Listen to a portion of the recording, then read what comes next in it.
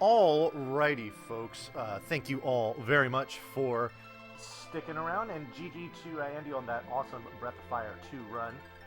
I'm going to get started with another Super Nintendo RPG speedrun of my own. My name is Von Yvonne. What I'm going to be doing here is Final Fantasy IV, the any percent no credits warp category. Now, there's a lot that goes into this and everything along with it, and I will be sure to explain it along the way, but if you enjoy glitches, this category is rife with them, and it's really cool to watch, and I am going to go ahead and get started in 3, 2, 1, and now. So, what you didn't see me do before I went live, you might have noticed there on that screen, I had 4 save files, and one of them was very much a different color from the others. That's a very special game save file. What that file allows me to do is to determine my initial encounter seed. So the encounters in this game are not random. There's 256 different seeds that you can have that will determine after how many steps you get your encounters and the specific formations and all of that stuff. So what I've done is I have started out on a specific seed using some chicanery, which would take a very long time to explain. But I'm on seed 92. What this is going to do is it's going to allow me to get through the first section of the game without any quote-unquote random encounters. So we'll be saving a good amount of time on the front end. That seed is going to go away after a very specific event, but at least for the first part of the game, we're going to save... It's a savings of probably about, I don't know, 20 to 30 seconds, depending on what seed you would get otherwise, so it's a good thing. I'll be talking a lot more about encounter seeds as we go through here. But first, let's talk a little bit about the lore that's going on here. This gentleman here in the purple armor, this is Cecil. He is a Dark Knight... Oh my god. He is a Dark Knight of the Red Wings, kind of like Air Force of the Kingdom of Baron.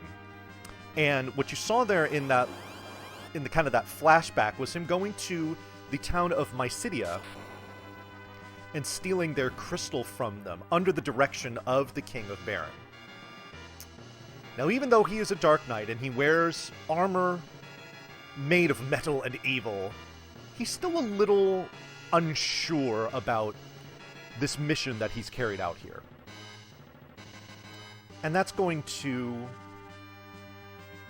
manifest itself into something more in just a few seconds here.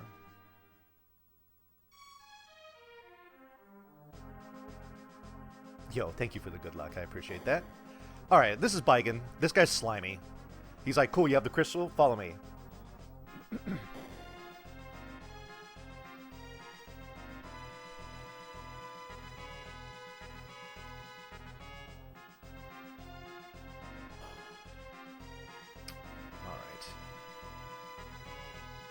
We'll be entering in just a second, but first, Bigan has to have a little one-on-one with the king himself.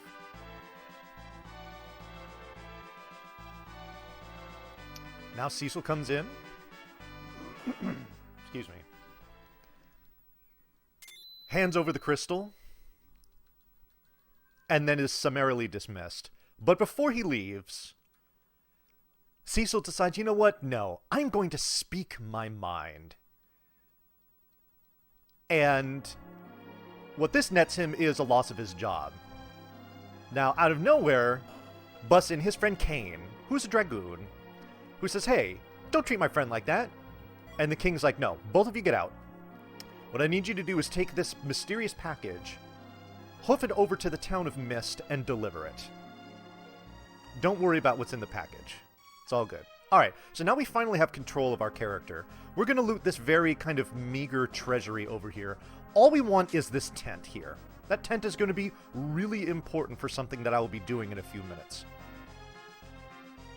So now that we have the tent, we're essentially going to go to bed. But before we do, in pops our lady friend. This is Rosa.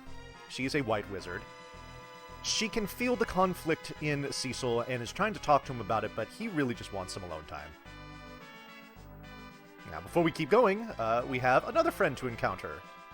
You see that guy up there waving at you. Say hello. This is Sid. He is an engineer. He is also a longtime friend of Cecil's, who is just a really nice guy, and he just wants to help. But Cecil's like, look, bro, I just kind of need to cool off for a second. Now, I'm going to do something right here, where I intentionally take a step off of that stool and back onto it.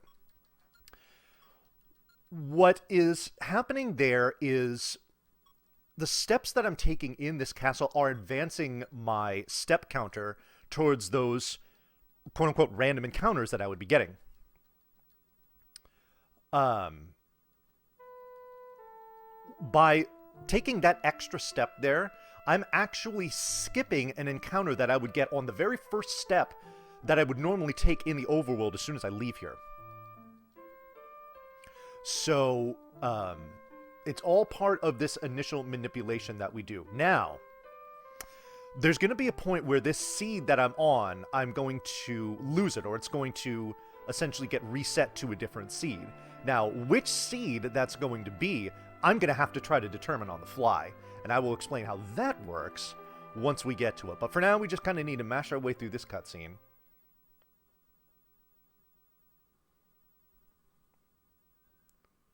Got a couple more text boxes to clear here. There we go. And now we have heroic music, and we're off. Cecil and Kane, bros till the end, doing a walk. And now we have an unskippable lore dump. This is like about a 2-minute bathroom break, which of course is like right in the beginning of the run, so it's unfortunately placed, but oh well. This is actually a good opportunity to talk about what's going to be coming up here. I'm going to do 2 pretty significant glitches in the beginning of the game. The first is going to be an item duplication glitch. What I'm going to do is a whole bunch of funky button presses and menuing in the middle of a battle that is going to underflow the amount of a specific piece of gear that I have. It's actually the iron shield that Kane is wearing. The reason why I'm going to do this is I'm going to sell this underflowed quantity of shields for just a truckload of cash. That's going to carry me all throughout the rest of the game. So, money is not a problem. The other thing that I'm going to do is something called the Mist Clip, where I am going to... the town that I'm going to get to, you can enter it either from the left side or the right side. Normally, you're only supposed to be able to enter it from the left side. I'm going to trick the game into allowing me to enter it from the right side. The reason why I will do this is because it will allow me to buy some very important weapons and also a couple other pieces of gear that I can loot out of one of the houses in the town. And it's going to save me a whole bunch of time and make a lot of the fighting that I do here a lot safer. Alright, but first, gotta do a little menuing here. We want to make our battle speed and our battle messages as fast as possible. And then we want to walk down here into this little forest. And we're going to pick up our famous burb friend, a chocobo.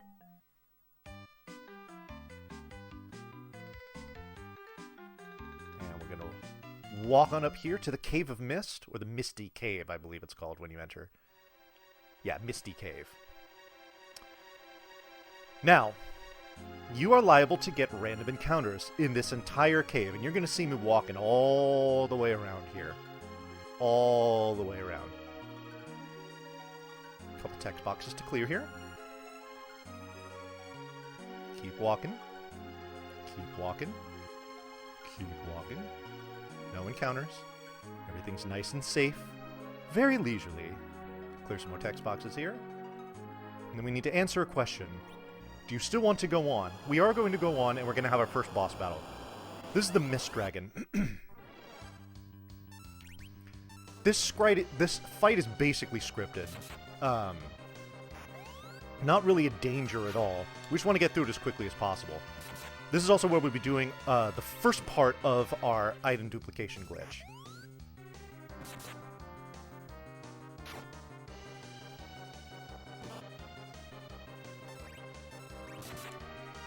Alright.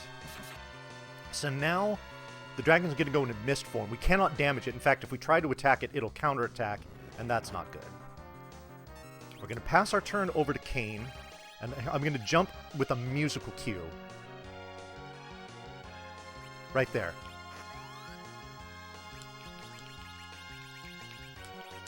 Alright, so what I did there was part 1 of the duplication glitch. Part 2 will be coming the next time I get Kane's turn. There's part 2.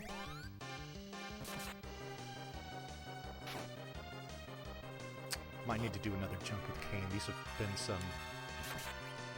These damage rolls have left something to be desired. That's okay, though. This should do it. Perfect. Alright. Mist Dragon down. Now we can move on. Alright, now here's where stuff gets kind of wild.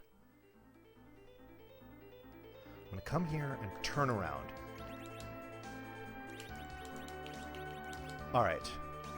So, what I did there in that equip menu was 2 things. First of all, I completed the final step of the duplication glitch. I also took off Kane's iron gloves. Remember that. For, like, way later. Now we're going to save. Reset the console. Bash through the screen. Load up that file we just saved. Walk across. And now we're into the right side of Mist. There we go. So that is Mist Clip. You're not supposed to be able to do any of these things I'm doing right now. Okay, we're going to come here. I'm going to sell this empty slot in my menu for 3.2 million gold. I'm also going to pick up 10 dancing daggers. 3.2 million gold, in case you missed that, folks. That's a lot of money. Alright, we're also going to walk through this fireplace here. And we're going to walk all the way down here. And I'm going to pick up 2 things. I'm going to pick up this tiara, as well as this change rod. The tiara is a piece of headgear that can only be used by female characters. It's going to go to Rydia, actually the first female character we're going to get. And then the change rod is going to be used on a character named Tella to increase his magic power. The tiara is easily the more important of those 2 items. So now I'm walking over to the left entrance of the screen because you notice where I triggered it, I wouldn't be able to walk past this otherwise. So I want to trigger this because we need for this to happen in order to progress with the game.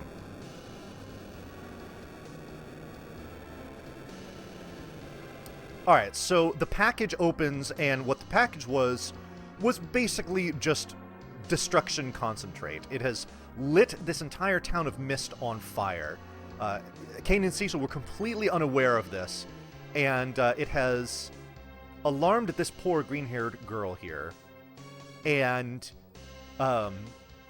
Cecil's like, we gotta take her with us. And Kane's like, no, we gotta kill her. And she's like, no, I don't want to have anything to do with either of you. Me, Angie.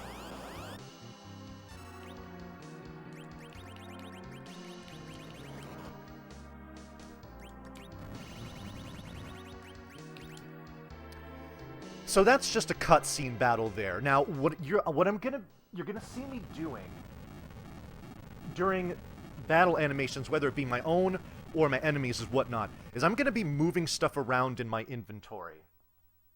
This, over the course of the run, is gonna save me a whole bunch of time by, opening up slots or making things available for me so I don't have to dig down too deep into my menu to get them. Okay, now, what I'm doing here is going to be...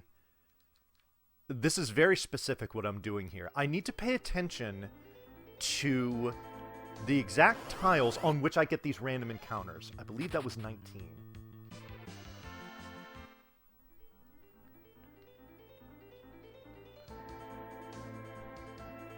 Yes, okay. So, you obviously can't see this, but I have a chart that I'm looking at here where I'm plotting out the exact tiles on which I'm getting my encounters. What this is going to do is this is going to tell me, or help me to determine, what my encounter seed currently is.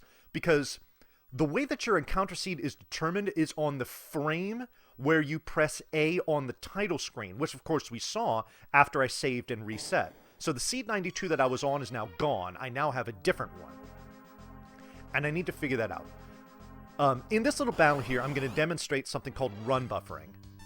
In battles where you cannot run from battle, which you do by pressing L and R at the same time, by the way. Ah, I didn't get to do it there. Anyway, you saw me do it on the first attack. I don't need to do it for these next two. But if you try to run during a battle where you are not able to run, you're going to get this message that says can't run. While that message is up, nobody's ATB charges, specifically your enemies. And so this gives you an opportunity to input menu commands before enemies will get turns. This is going to be actually a pretty crucial tactic in some of the battles that I'll be doing throughout the game. Alright, so now we have gained Rydia's trust because we defended her from those Baron guards. And now she's in our party. Now that she's in our party, we are going to immediately equip her with this tiara. Whoops, hello. And put her in the back row. Oops. Oh my god. The reason we do all of this is because Rydia is level 1, has only 30 HP, and therefore is very, very squishy. The tiara, which is kind of almost like an endgame item, gives her an immense amount of defense that she desperately needs, but it still leaves her fairly vulnerable just because she's literally only level 1. Alright, so that was Rosa. She has a very particular type of fever that can only be cured by getting a sand ruby. So that's our next quest, getting a sand ruby. Still going to be paying attention to the tiles where I get these encounters. None here, okay.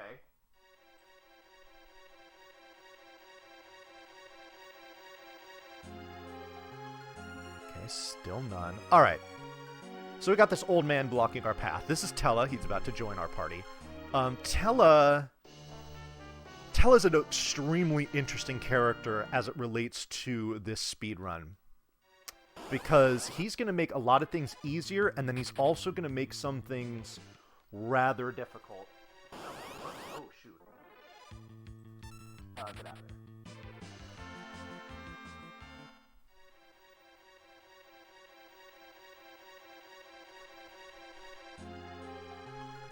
Okay, so now I've narrowed it down to 2 possible seeds I can be on.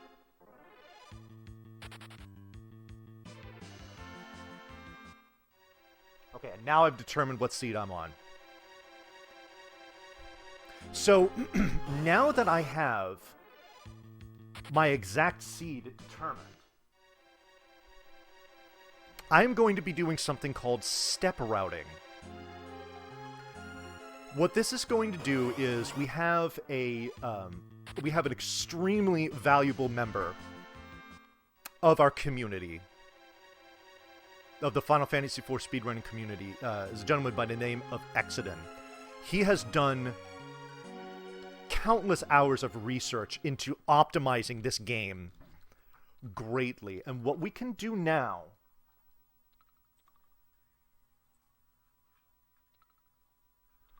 So what I have in front of me is a chart of exactly where I'm going to be getting encounters and exactly what they're going to be, assuming I stay on my step route and I don't mess this up. It's going to call for me to take what are called extra steps in some specific areas. In fact, I'm about to do it right here. We're just going to come up here and I'm going to take 2, 4, 6 extra steps. There are specific areas in the game where you take steps will advance your step counter, but that room or that particular area does not have any encounters in it. So I'm going to get my first encounter right about like here. It's going to be 2 pikes, 2 evil shells, and 2 water bugs.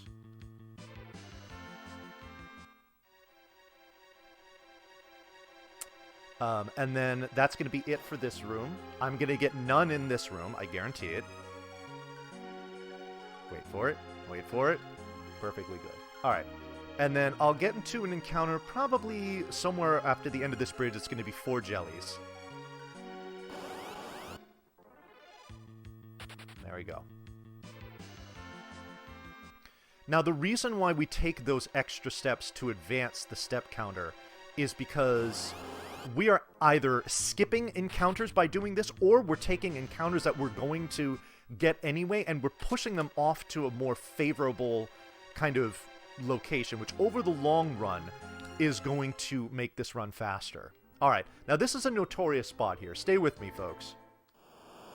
2, 4, 6, 8, 10, 2, 4, 6, 8, 20, 2, 4, 6, 8, 30, 2, 4, 6, 8, 40, 2, 4, 6, 8, 50, 2, 4, 6, 8, 60, 2, 4, 6, 8, 70, 2, 4, 6, and 8. I needed to take 78 extra steps there. Now you might be saying, dude, really, you're just sitting there running back and forth and this saves time? That seems stupid. Trust me, it's not. The amount of analysis and research that has gone into this is absolutely breathtaking. So, while it seems counterintuitive to just kind of walk in circles, trust me, it actually works. Alrighty, so we only got 1 encounter in this cave, which is nice. But now we come up to our first boss here. This is Octomam. We got to do a couple things here during Octomam. So first of all, we got to take 2 hits. We just can't do anything about this.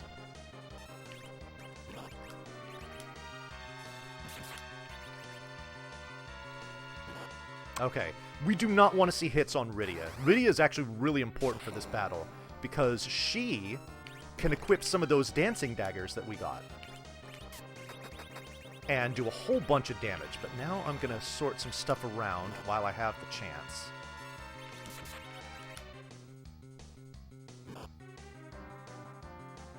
Now, the way this boss works is that every 2 times you hit it, it will lose a tentacle. The more tentacles it loses, the more it slows down, which is great. Oh, that's not a good hit. Please don't do that much more. Whoops. Well.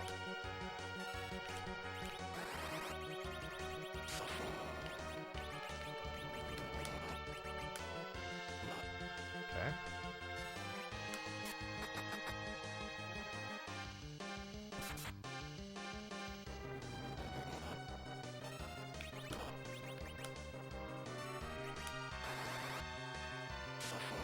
Alright. Here we go. Down to 3 tentacles, so things are looking a lot better now. Who's going to tell his turn? Nice. Okay, so now what we're going to do is I'm going to take this trash can that's all the way down at the bottom of my inventory, and I'm going to pull it up, because I'm going to need it. But not for the reason that you might think. I'm also intentionally casting Stop on Tella, because I don't need him anymore for this battle. The reward that I get from having him continuing to cast the lit spell is just not very much at all. So we don't want to even waste time, like, skipping his turn. So we just cast Stop on him. He just sits there and stares. We're almost done with this battle anyway. In fact, this could be the last hit. And there it is.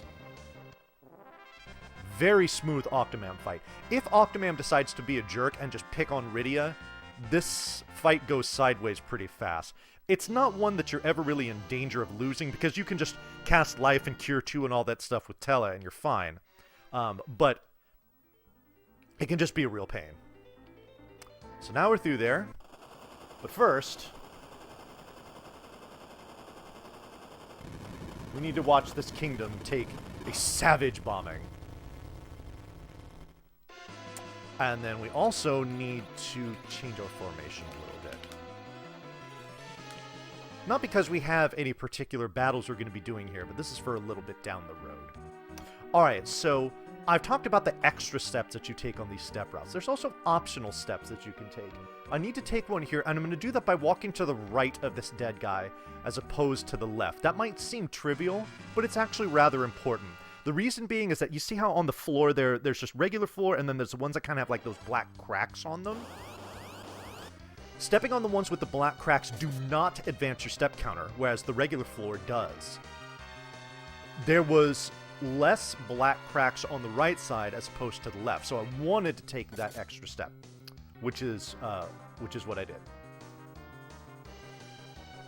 Yeah, okay, so I see somebody mentioning this here. You might notice that this run was done earlier today on the Games Done Quick channel. That was done by my very good friend Natara. They ran the Final Fantasy IV 90% no credits warp just like I did, only they used what is called a quality of life hack, which you move faster, it takes out random encounters as well as other things. So that's really, to me, I really like that if you are wanting to especially learn the game, do it casually, things like that, or you want to be able to do this speed run, but you want to kind of run, slice away at the time that it takes. I am doing this on, I'm not using like an EverDrive or anything, I'm using this on an actual cartridge, so on my console, so that's just how I'm doing this. Anyway, so what has happened here is Tella has come to see his daughter Anna. She is unfortunately the red-haired lass who is currently deceased. And he sees that she is dead, and he also sees her boyfriend Edward, who is this bard here. Tella flies into a rage, smacks around Edward a little bit, and says, "You know what? I'm out of here. Forget y'all." And so we say, "Look, Edward, we know you just got bombed by some evil people. We've been dealing with them too. We need your help. We also need your sweet, sweet ride," which he is going to donate to us, as well as his services too, which are actually going to be surprisingly useful for a reason which I am going to describe. Yes, currently deceased. No. But now, see, as it is true, like it is, it's Double Dragon rules. If they flash and disappear, then they're like actually dead. So currently deceased with no real optimism of that changing. So here we go. We're going to take that land speeder, which not only avoids encounters but does not increase your step count either, and we're going to ride it on over here to the Antlion Cave.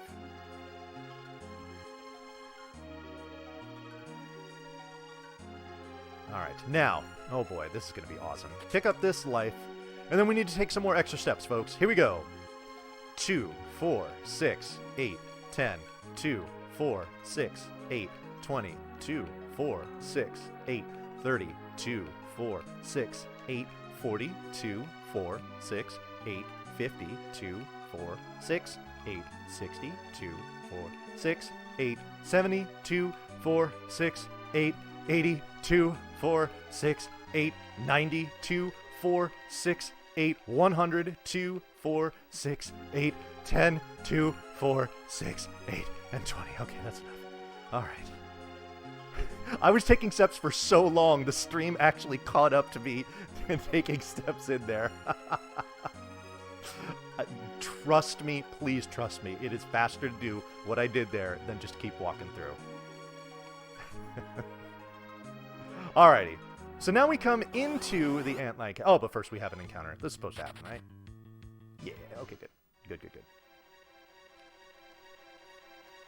What happens if I do this and accidentally go through the door? I have to take an extra step in that case, because I have to walk out and then back in. So I just need to calculate that. Alright, so here's the Antlion. Not as nice as Edward said. We need to kill it instead, but we're going to do this by way of dancing daggers, which Edward can use, so he's actually going to put in some good work here.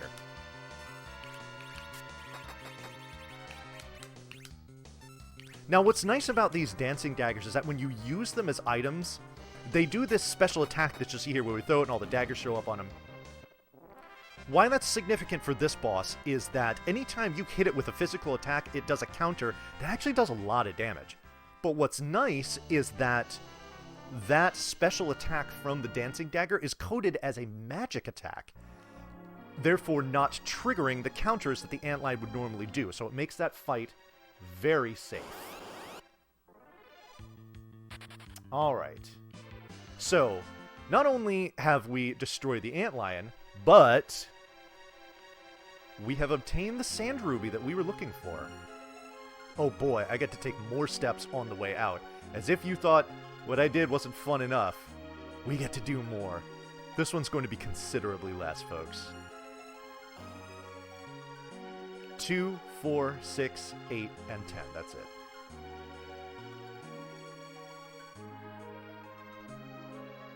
Alrighty, so now we just walk out from whence we came. Oh no, we have been creamed.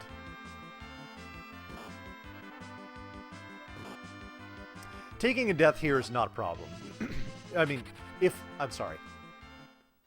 one of my characters dies, like Rydia or Edward or whatnot, it's not a problem, because we are going to get a full heal before we do our next battle anyway, so it's fine. It's fine.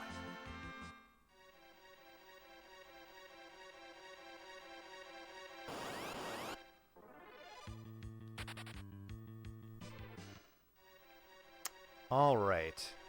That should be it for encounters here. Back into our trusty land speeder, and back over to the village of Kaipo, where we left Rosa last. Park it right here, and then walk in. Now, because I did all of that shifting around and stuff during the antlion battle in my inventory, it was able to put the sand ruby in the very top left spot in my inventory, such that I can come here, talk to her, and just mash through A to use the item that I need to, as opposed to doing something that really wouldn't be useful.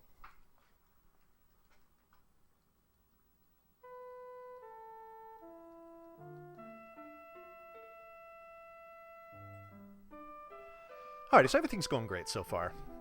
We have administered the sand ruby. It's not specific how that happened, so we'll leave that to speculation. Anyway, the sand ruby has been administered.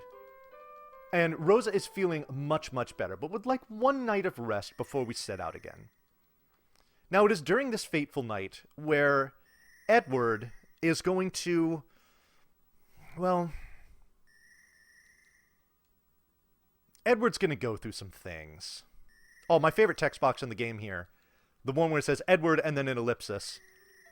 So basically, a text box to say that Edward is saying nothing. He is going to bust out some hot jams, though.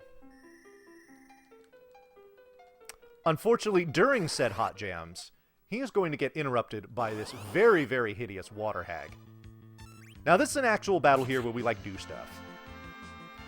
But what's really nice about this battle is that we only need to hit the water hag 3 times. The amount of damage we do to it is inconsequential. But because we have Edward in the center slot in our formation, and he's equipped with the dancing dagger, his accuracy is essentially 100%. So, a nice unnecessary crit there. Also, during this battle with the water hag, we see Ghost Girlfriend. Anna's going to come back and give him a very, very hearty pep talk. And he's going to dig down deep, and he is going to kill this water hag. Yes. Arg! Done. Now, this is actually going to give Edward 2 levels, which is really important. Now, if you were doing this in the vanilla game, Edward would not be using a dagger. He would instead be using what is typically his primary weapon, which is a harp.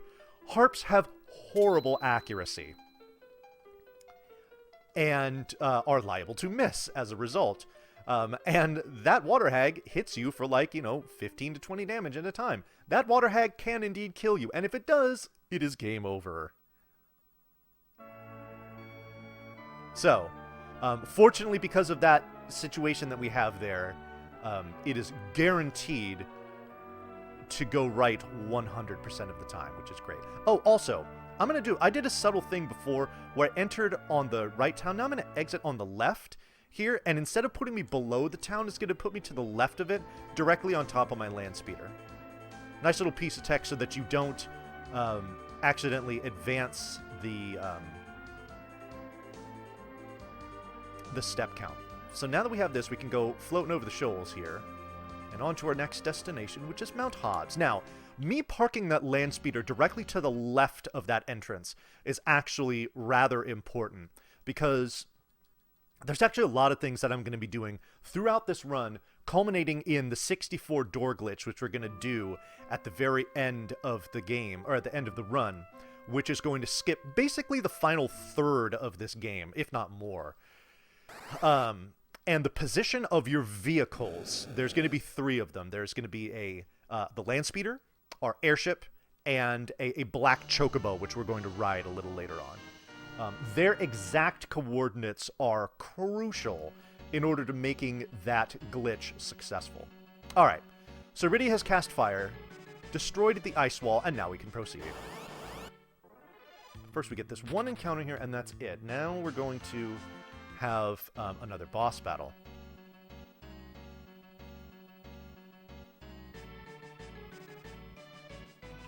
Alright. We're just going to walk up here, and we see this guy surrounded by a whole bunch of evil-looking stuff. But this is Yang, the karate man of Fabul. He can handle his business. Now, how long it takes him to handle his business is something that we just cross our fingers and pray for. Those are some excellent damage rolls on that kick there. So hopefully this will only take 3 turns. It can take 4, and in some really bad cases it can take as many as 5. But typically it's going to take 3. He's going to do another kick here. We hope he kills all of them, and he does. Excellent. Alright. Alright, now we get into an actual boss battle. This requires a little concentration.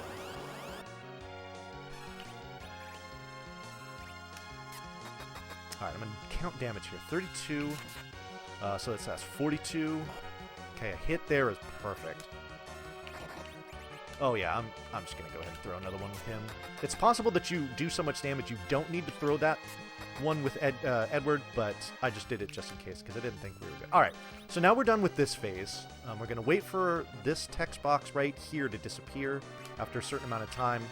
Then the real fight begins.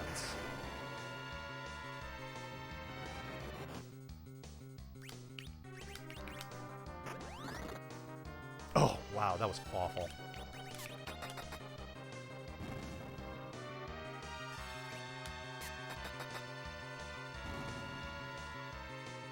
I'm just going to parry over with you.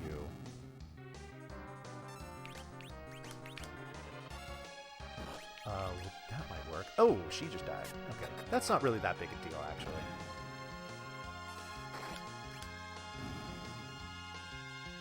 I'm just going to parry with you. One more hit should do it. There we go. Perfect. Okay.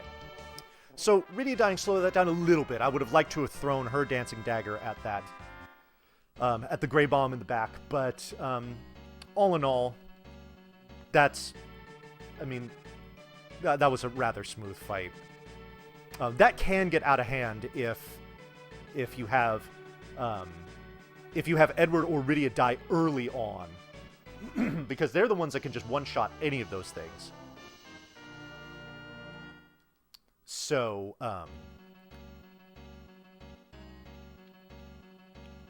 yeah, but it's okay. It is okay, folks. We are now walking. We're now going to walk to Fabul, which is the home kingdom of Yang, the karate man, who has now joined our party.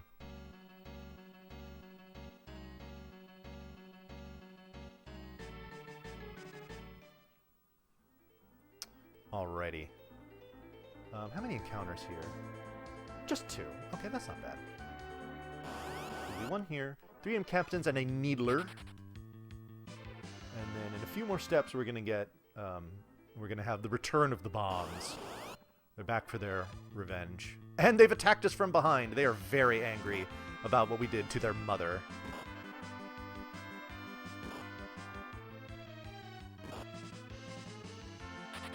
Okay, that's it. Alrighty, nice leisurely walk for the rest of the way here.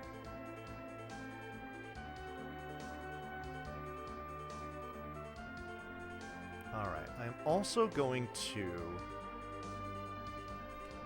I'm just going to go ahead and lay down a save here. It doesn't hurt. Only takes a few seconds. Because what we're going to do here is what is called the Fabul Gauntlet. I'm going to get into 6 battles in a row. I'm only going to have 3 of my party members, just Cecil, Yang, and Edward. And what's going to make this especially tricky is that A, I'm not going to be able to do any menuing in between the battles, and B, it's not like it really would matter, because I have no curative items. So we're going to have to, do all 6 of these battles in a row successfully. Now, this is really Edward's time to shine. He's the real MVP here. And here's why.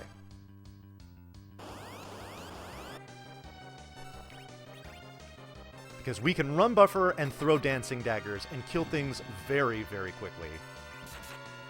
Yo. Oh, it doesn't kill though. Oh god. Okay, we do not want to see Edward get hit.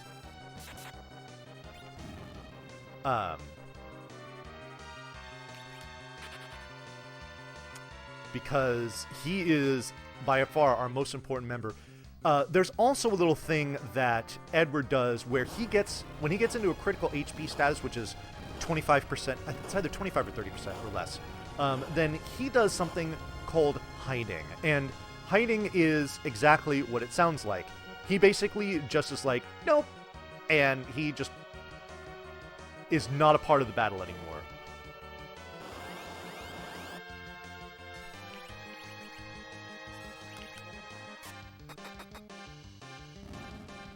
So we're going to see a few different formations here. Okay, 18 is fine, as long as that doesn't stack up. Oh, come on. Okay, good. I'm glad I didn't hit Edward again. Alright, so we're going to see that formation that we saw, we're going to see that one more time. The first one that we saw with the captain and the 2 fighters, we're going to see that 2 more times. Actually, the next battle as well as the final battle of the Gauntlet. Now, in the 4th battle, we're going to get into a fight with a single gargoyle, and there we're going to do some more fun stuff.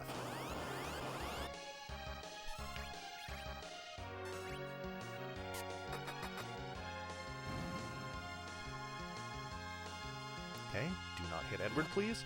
Oh, is he still... Oh, wow, just barely. Okay, he is very close to his threshold for... Actually, no, forget it. He's very close to his threshold for he will drop. Fortunately, getting through that battle is... the amount of pressure... there's a lot of pressure off now. Okay, now... During this battle, we're going to do some more item duping stuff.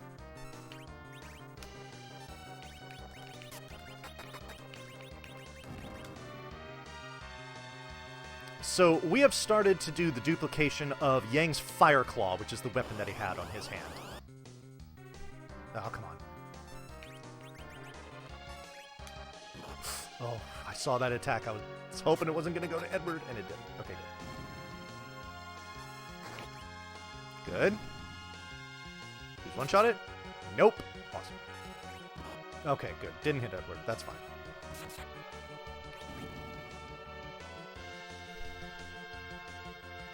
Alright, so that's 5 down, 1 to go. As long as Eddie cracks off this dancing dagger, as long as that's the first move of this next battle, we're good. And it is. Alright, good. So, even if Ed takes a dirt nap here, we're fine. Okay, never mind. We're good. And boom. Done. Once the 2 fighters are gone, this general is like, nope. Out of here.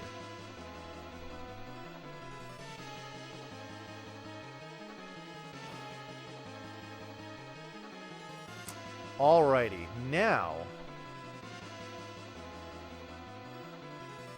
we come into here, we've got the crystal defended, and here's Kane. We thought we lost him at the beginning of the game, but no, he's back.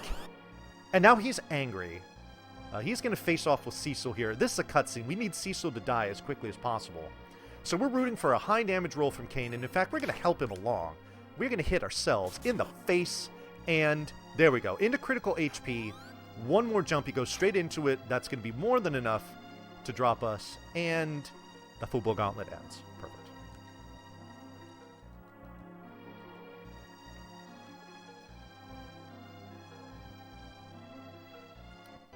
So what has happened here is that Kane has come under the mind control of this guy here in the blue robe. Everybody say hello to Golbez. Golbez is a very not nice person who is now going to kidnap Rosa and just walk away. Of course, the only one that could do anything about it was Rydia, and she's powerless to him. So, Kane is going to take the crystal, he's going to spit on Cecil as he leaves, and now things are looking really down. Like, really down.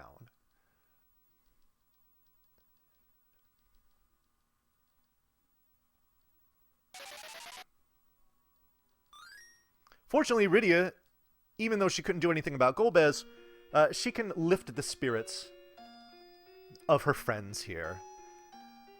And she's going to come out and give him a pep talk and be like, look, I know your crystal got stolen, I know your girlfriend got stolen, I know your girlfriend died, but y'all need to, like, pull it together, because this fight isn't over. And off we go. Now, I'm going to take some optional steps here. The steps on that carpet, if I were to walk across it, would not increment my step counter, but I actually want to do that so that I can cut down on the number of extra steps that I will need to take in here. It wants me to burn 24 steps, but I can actually do 10 of those just by walking in a certain way, and then only have to specifically do the other 14 intentionally. So here we go. So we talked to the King of Fubul, and he's like, here, if I give you this sword, will you just let me sleep? And so we're like, okay. Alright. A little more menuing here.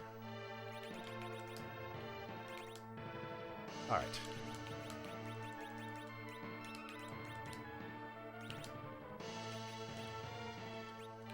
Alright, so what we did there was we removed the tiara from Rydia, because we're going to want to give that to someone else instead. We equipped that black sword that we just got from the king. We're going to take 2, 4, 6, 8, 10, 12, 14 extra steps. And we're good. The other thing that we did was we completed the duplication of Yang's fire claws, but I intentionally equipped 2 of them on Yang, despite the fact that we're actually not going to use him in battle for quite some time. The reason why I did that was because it got the number of fire claws in my inventory to a very specific number that I can fine-tune even further, and these this is going to be critical for the glitch that we're going to be doing. In fact, the next town that I'm going to get to, which is Mysidia, we're going to do some very specific shopping where there's going to be specific things and, more importantly, specific quantities of things that we're going to be buying and even doing a little bit of selling so that we can get the items that we need. We need not only these specific items and these specific quantities of items, but ultimately we're going to want these items to be in specific spots in our inventory in order to make this glitch work. I can't really overstate just how much goes into making this glitch do the things that it does. I also can't overstate just how fragile this glitch is, where if you have one little thing out of place, it's all over. You'll soft lock, you'll crash, and it's just done. So, there's lots that goes into this. Some of it is very obvious, like, whoa, why are you buying, like, you know, all these specific stacks of this item? And other things are much more subtle, but there's just a lot that goes into this. So yeah, so we're on a boat ride, and all of a sudden, boat ride gets interrupted by enormous sea beast Leviathan,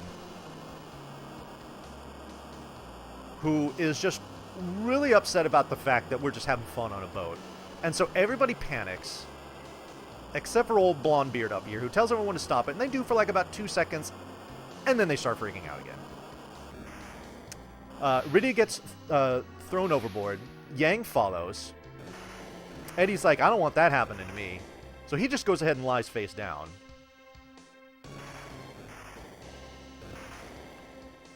And in goes the boat. Things have gone from bad to much worse. Because here, we see Cecil. All alone, very groggy, on a beach.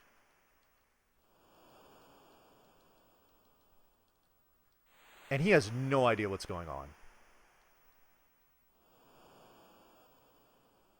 Fortunately, there's a town right here, so he's like, oh, sweet, someone who can help me. But before we go and get help, we are going to get stuff.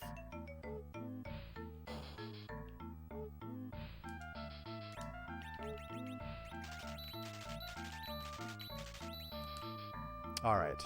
So 6 of some of those things. Now.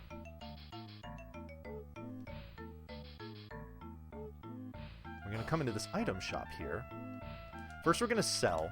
We're going to go up to 70. We're going to sell this, and then this, and this. Alright. And then we buy copious stacks of Cure 2s, heals, ethers, and lives. These will all be extremely useful throughout the rest of the run. So now we come in here and we're like, hey, can you help us?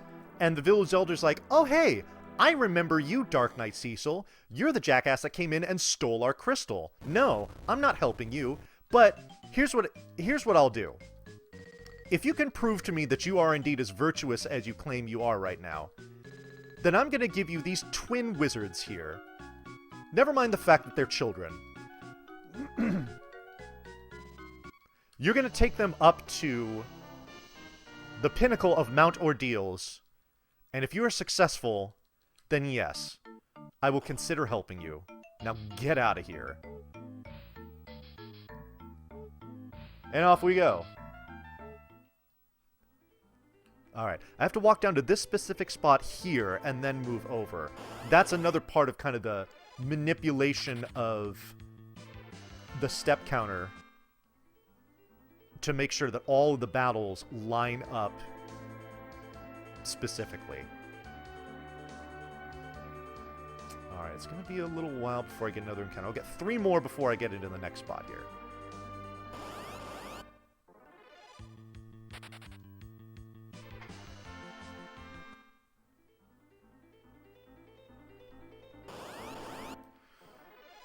One here. And one more in just about 7 steps to be specific. There it is. Alright.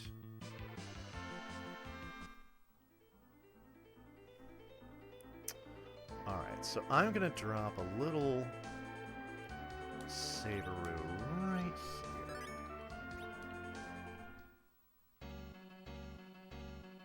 So here we are on Mount Ordeals. Now, when we went to climb Mount Hobbs, we dealt with an ice wall. Here, we deal with a firewall. Now, Palo and Porum, who are the twins that I have picked up here, are useful in that Palom is a black wizard, and thus can cast things like fire and, as you can see here, ice. And then Porum is a white wizard and can cast white magic. Together, they can also do what's called twin magic. We're going to make use of this in a couple of different situations, in 2 extremely different ways. So, keep your eyes peeled for that. But first, meanwhile, in Golbez's evil lair, where he has Rosa tied up and Kain still under his mind control, he is going to summon one of his minions named Mylon, or Scarmillion, if you are familiar with some of the remakes and also the references to Dante's Inferno. And Mylon is going to be dispatched to deal with this Dark Knight and those meddling kids. Yes, Pow. One of my favorite cutscenes, or parts of any cutscene in this game. And if you like yourself some Pow, then don't change the channel, because we've got a little more coming up in just a second.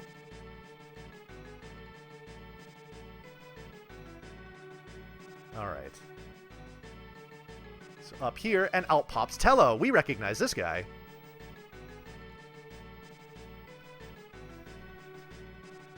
So Cecil's like, hey, it's good to see you. Meanwhile, Palom and Porum, fanboy and fangirl out, respectively.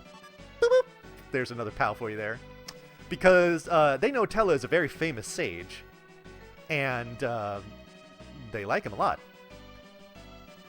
And so Tello's like, what are you doing with these kids? And Cecil's like, no time to explain. Help me become virtuous. And so he's like, hey, I was actually going up to the top of the mountain because I need something up there as well.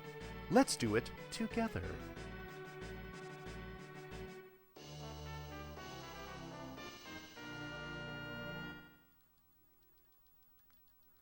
All right. So now we continue the climb. Now, this mountain is notorious for having a whole bunch of really potentially dangerous encounters on it. However, because I did all of that fancy dancing with my extra steps, you notice I've been getting through this without... I mean, this is going to be the last encounter I will get into before the boss fight, which is perfect. All right, taking an optional step here, which means I'm going to go like this. All right, a couple of equips we need to do. That tiara that we took off of Rydia is going to go on to Porum here. We're also going to put a couple things onto this guy here. Change our formation. Oops, hello. Change our formation a little bit. And in we go. All right. So now we have our encounter with Mylon and his quote-unquote children, which are really just 4 zombies. Fortunately, we can throw Cure 2 potions at them and one-shot them. Put a Dancing Dagger onto Palom because he can use it. Put that Change Rod that we got back in Mist onto Tella because he can use that. And then we cast the Twin Magic. Now, what the Twin Magic does is it can do one of 3 things. It can either cast Flare, which is ideal. It can cast Comet, which is not as ideal. Or it has a 1 in 256 chance of completely failing, which is obviously not good either. Okay, there's the Flare we wanted. Okay, ooh, that was nice damage. Don't hit him again, and he's dead. Okay, this really sucks.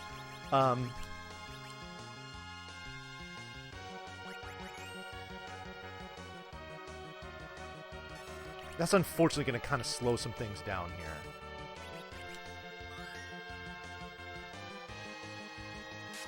Oh my god, stop it. I really need him to not die.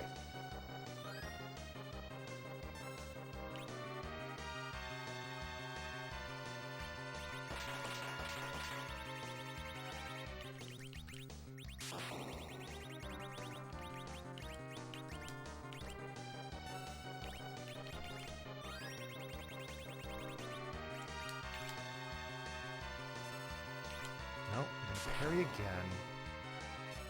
No.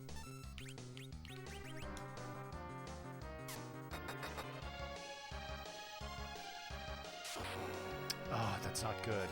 I really don't want him to die.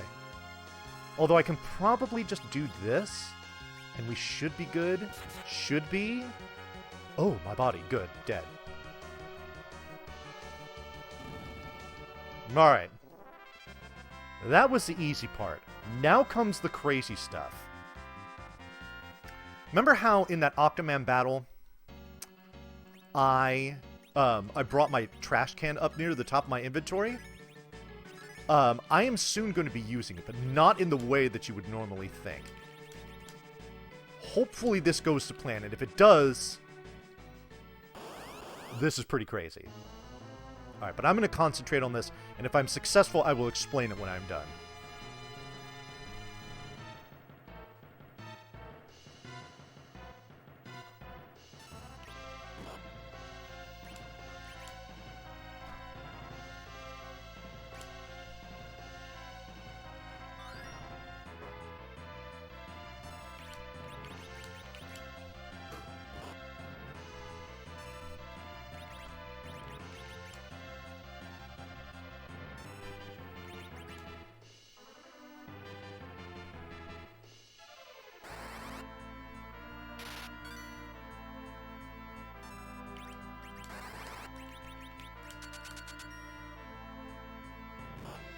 Excellent. Okay.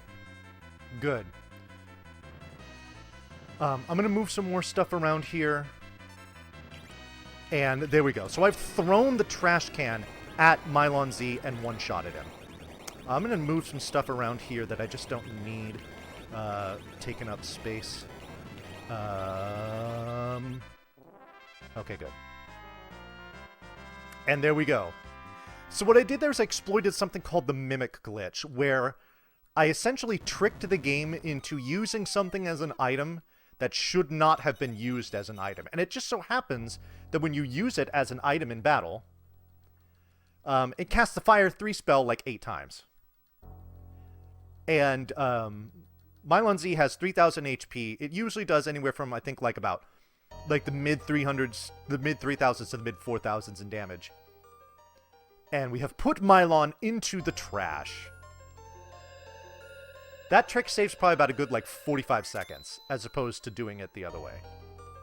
Very, very cool trick. I am super relieved that it went as well as it did. Okay. So now that we have gotten up to the top of Mount Ordeals, Cecil has found the way, and he's become a paladin. And now he wears yellow and has purple hair. But first he has to face off with his former self.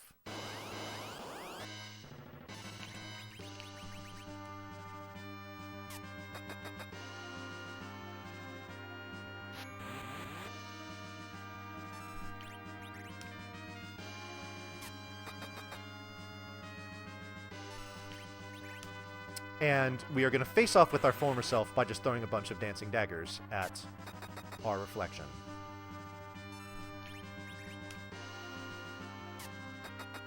And there we go. So that's actually supposed to be a cutscene battle. Where you're supposed to let him hit you, I think it's 4 times. And then he says a bunch of stuff about, like, justice and whatnot. But we don't have time for that. We can just throw 3 or 4 dancing daggers at him because it only has 1,000 HP. And then it dies, and we skip all of that stuff. So that's what's going on there. So we have now become a paladin. Hooray!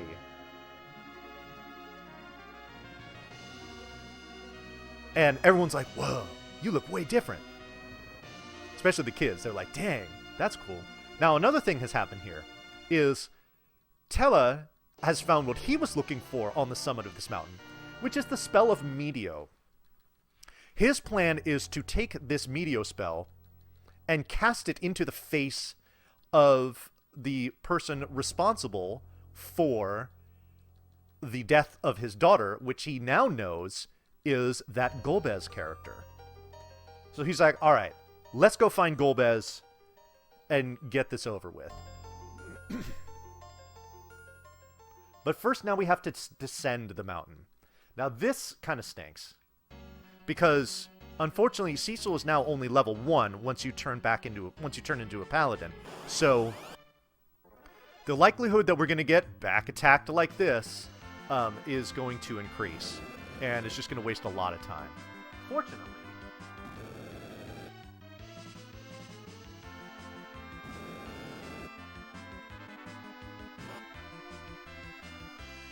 it's actually going to give me time to pull this up. You notice there are some red rectangles flanking my game screen now. These are what I like to call choco bars. I will explain their importance in a second. Wow.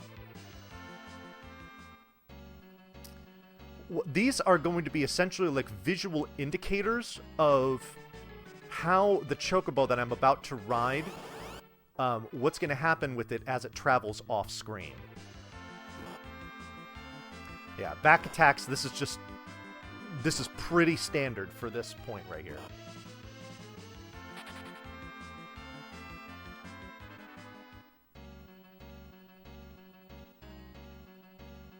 Alrighty. Couple more screens to go, few more encounters to go. Shh, Neon, don't say anything. Try to play it cool. Don't make a big deal out of it. Alrighty. 2 more encounters to go here. Do I get one in the overworld? I don't. Okay, good.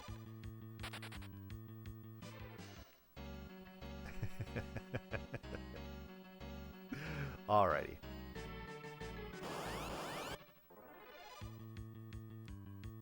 That's the last one. All right.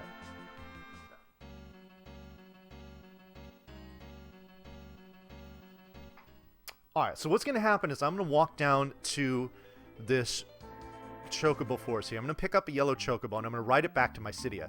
Now, if you recall the first chocobo that I rode at the beginning of the game, when I dismissed it, it kind of went careening off to the side of the screen. Where this chocobo exits the screen can make or break whether or not we get through the 64 door glitch at the end. So we're going to get it up to the right of my city here, and we're going to let it go, and beautiful. We did not want the very top of that chocobo's head to exit the screen anywhere in the middle of those red rectangles. The fact that it does not means that we have what is called a good bird, and we are that is just another hurdle that we have cleared to make sure that we get through the 64 door glitch successfully. So I don't need these anymore.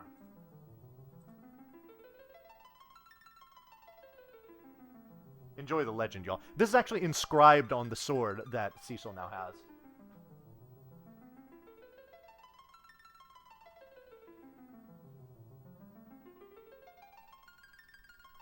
And it's good! It's through the uprights!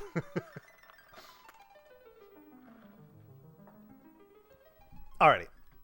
Good bird hype. If you get a bad bird, it is not the end of your run at all. You just need to cycle yourself through birds until you get a good one. And as soon as you have a good one on the books, then you're ready to proceed. There's another chocobo forest that we can encounter a little later on where if I needed to, I would be able to take more opportunities to get a good bird. But I'm not going to do that because I don't need to. Alrighty. So the village elder's like, whoa, you actually did it. I didn't think you would. Alright, I'm a man of my word. I'm going to make this serpent road available to you. This is like an underground trench that will take you right to the Kingdom of Baron. And you can go there and confront the king, find out just what the heck is going on with all of this stuff, and hopefully get some answers and get your lady friend back. But of course, because this is a speed run and we're step riding, we got to take some extra steps right here, 1 and 2, and that's it. Oh, I also need to heal because I took a little bit of a beating from those back attacks. Yeah, out of my way, please. Okay. So we're going to go into this inn here. And look, there's Yang. And he's like, nah, fool. I won't have anything to do with you. Come on. Okay, that's fine.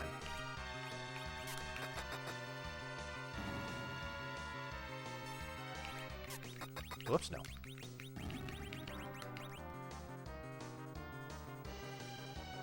Alright, so the gang is like, alright, let's do this. So here's what we do.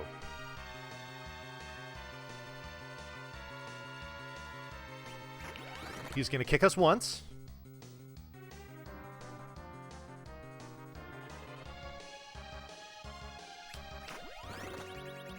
He's going to kick us twice, and then we're going to fight back. Just hit him once. Ouch! And we're done.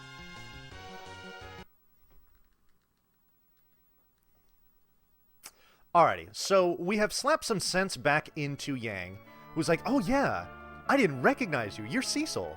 Last time I saw you had all this purple stuff on. And so he's like, okay, cool. Okay. Oh, we're not going to get Ghost Girl. That stinks. All right, that's fine. So no Yang's in our party. Yes, karate.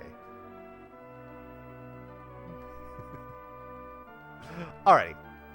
So now that we have him, we kind of like fill him in on what's been going on.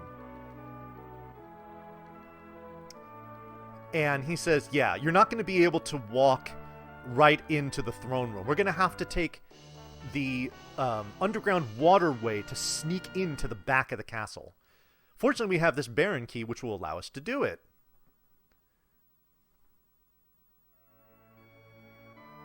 But before we do that, we have to do more shopping. Again, this is all very critical to making the 64-door glitch work. Buying specific items in very specific quantities. Okay. So first, we need some gear. That we're actually going to use. This stuff is specifically for the glitch. 2, 3, 4. Buy. Yes, thank you. 58 ice claws, 68 fire claws, and we're good.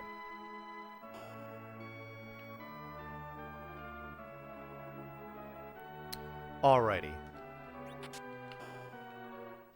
So, shopping done. That's all good. Now we take this underground waterway. This is also a fairly notorious place for getting some unfavorable back attacks, but they can actually be helpful. And I will explain why. In fact, well, why don't I go ahead and do that right now? What I'm going to start doing here is something called experience routing, such that I am going to want to have specific characters dead by the time some of these battles conclude. Here's why. The way that earning experience works is that defeating an enemy, a boss or whatever, is going to give you a certain amount of experience depending on that enemy, which is distributed evenly among your party members that are alive at the end of the battle. So let's say an enemy gives you 10,000 experience. You have 4 people alive, it'll give you 2,500 each. Let's say you only have 2 alive, it's going to give you 5,000 each.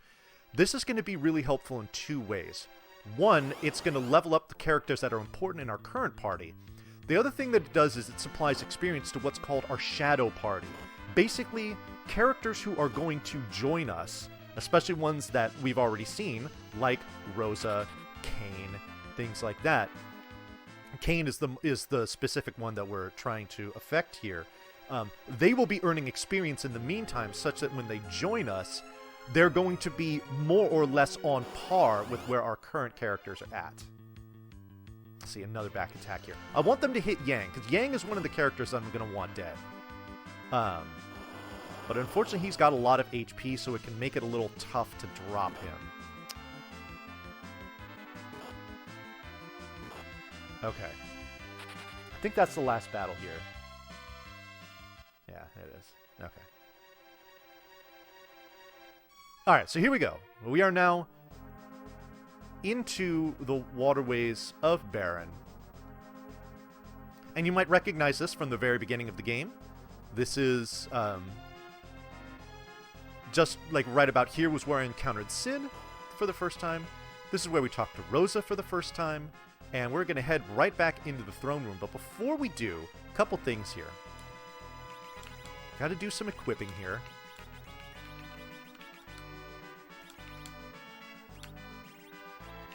Ice Claw on him, headband, karate, silver ring. Change our formation a little bit here. Now. Whoops, hello.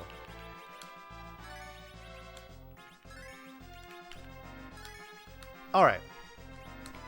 So the very last thing that I did there was an underflow glitch to Tella's MP.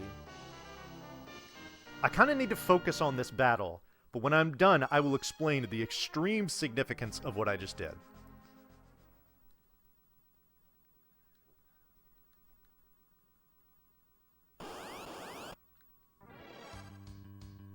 Oh, come on.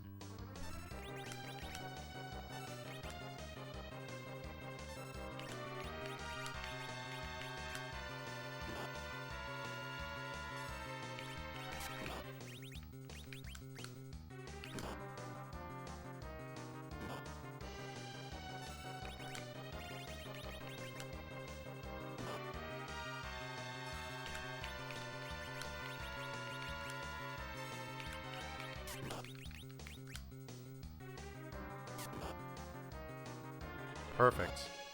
That's beautiful. Okay, one more thing to do here.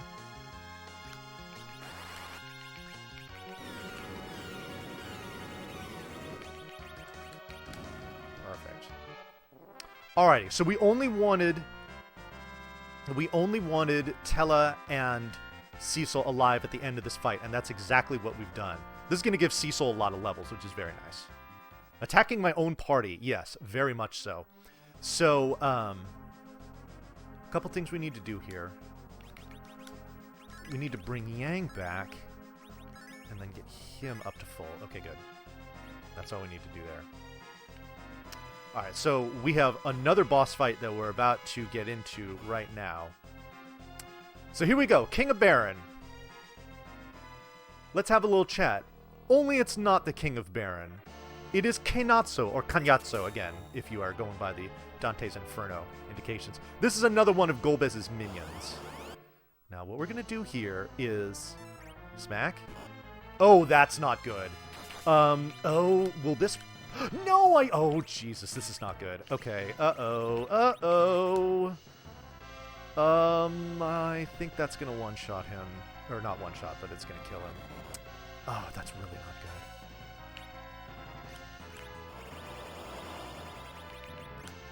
Oh, it didn't! Oh, my God. Oh, what a stud. Is it going to kill? Yes! Oh, thank God. Alright. Woo! Wow, that was a close one. Oh, my goodness. Oh, where are those spots? Oh, I wanted to do that, don't I? Yeah. Well, I didn't do that. Okay. Oh, man. That was... Oh, I can unpucker now. Okay, so...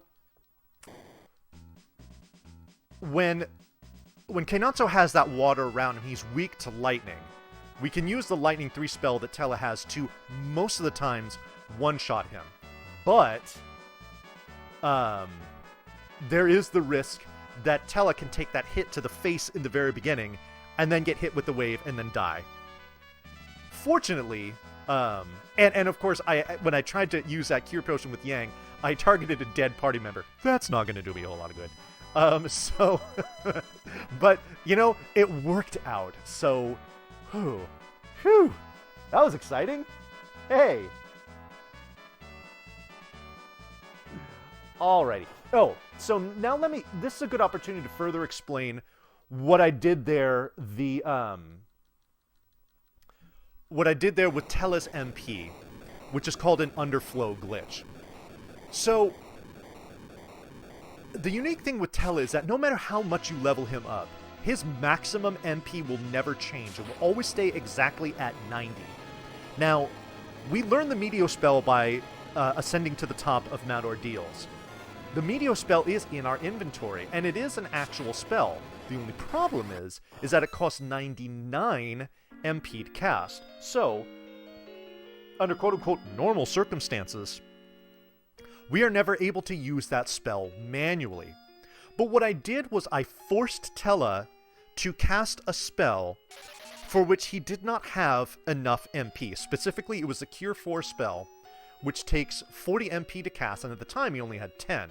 The way that you do this is that you select the spell that you don't have enough MP to cast, you move your cursor onto a spell that you do have enough MP to cast, and you press the opposite direction and A on the exact same frame, and it will force him to cast that spell, for which he does not have enough MP, and it takes his MP total into the negative, and doing so underflows it. So he now currently has, like, 56,000 MP at his disposal. The only drawback to doing this is that while he's in that underflowed state, you can only cast spells in battle. You cannot cast anything outside of battle. Fortunately, this is easily fixed by just giving him an ether, which I will do at a certain point. And then I will underflow it again because it's going to make it really useful. Thus is the Ballad of Tella, where he has spells that he can just straight up miss, that can make things really difficult, but then he also basically just like melts bosses in one shot.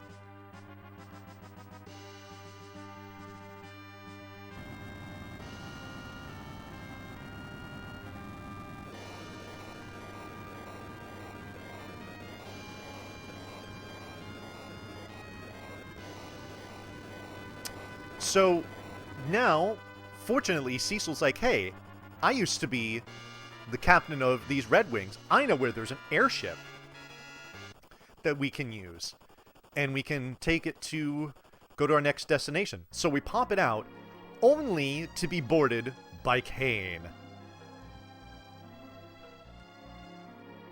who was like, you and your silly mission. Here's what I need you to do. I need you to retrieve the Crystal of Earth, and if you give it to me, you can have Rosa back. And we're like, oh, dude, don't do this. And he says, well, those are my terms. Take it or leave it. No, unfortunately, this is not Newtopia, but this is also very awesome in its own right, being a Final Fantasy game. All right, so now that we can fly, we're going to do that. We're going to go up, and then we're going to the left, and we're going to try a swag landing, and oh, shoot, I overshot it, but I came pretty close. All right, well, what am I doing in here as far as steps go? Oh, I'm just taking 3 optionals. That's easy. We take 3 optional steps right here. 1, 2, 3, and we're good. Steps on the red carpet do not count. Steps on the brown brick do. So we just exit that carpet on a specific area to take those optional steps. And here we get reunited with Edward. So pretty much everybody that we've seen before has come back, with a couple of exceptions, but be patient. So Edward says, look, I'm in a really bad way. Unfortunately, I can't help you, but instead, take this harp. And we're like, thanks? We're like, all right, cool. We got a harp, guys. Yay. And you know how to play this? All right. So now we're going to do what I was talking about before. We're going to use... Whoops, I actually want to move this up. Use this ether on Tella, which allows him now to cast the exit spell. It saves time from walking out. Also doesn't advance the step counter either. I want to take an option step right here by walking to the left off the castle as opposed to up. And there should be a python and some sting rats. Perfect.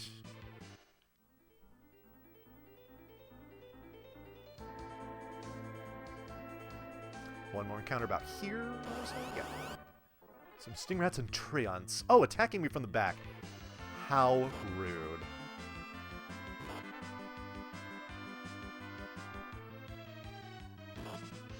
Oh my goodness.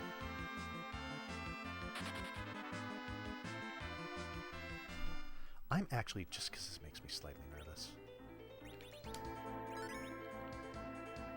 Okay, cool. Alright. Now I get to chase down a black chocobo. This is considerably more difficult than the other ones because you see how fast they are. Oh, he's right next to me. Come on. Okay, white chocobo's fine. White chocobo just recovers your MP. I did not want to catch a yellow one. Okay, good. I've got this black one pretty much cornered. Alright, good. I'm gonna park it right here. Black chocobos can only land in forests. So now we've come into Cave Magnus. What is kind of the weird gimmick about this one is that there's an enormous magnetic field that is permeating this entire cave. What that means is that any of your characters that are wearing any sort of metallic equipment are going to be permanently in like a paralyzed status, and they will not be able to do anything in battle. Now, if all of your characters are paralyzed like this, it's a game over. Now, fortunately, not all of our characters are in this state. There's only one that isn't, and that's Sid. Sid is really important for getting through this cave, because if Sid dies, it's a wipe. Which is why you saw me healing him when I was on my way up to that chocobo forest. Just because, like, if you get into a back attack, like, these guys only do, like, 20, 30 damage at a time. He's got, you know, almost 800 HP, so he's not in any danger there. There are some other battles, though, where if he gets walloped too hard, it can be really, really nerve-wracking. So, we're in a marathon. Better safe than sorry, you know. Cool. Just a couple more encounters.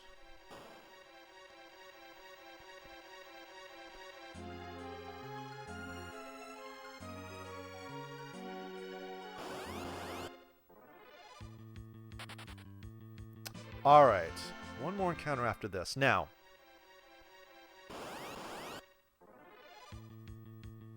Ugh. Okay. Okay, good.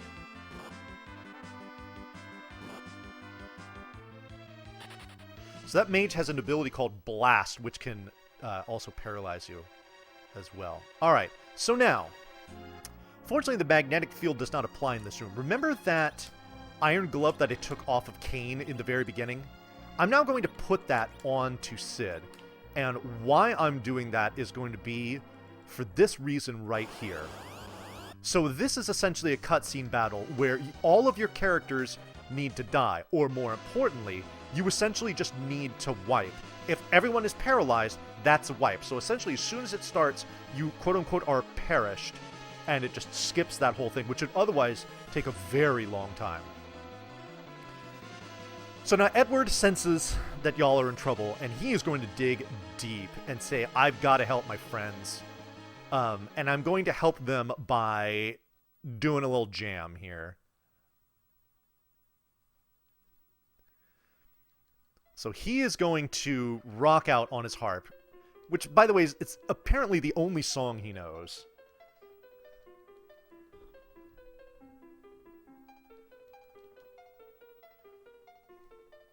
This is going to disturb the dark elf here greatly. It's also going to break the whole magnetic spell.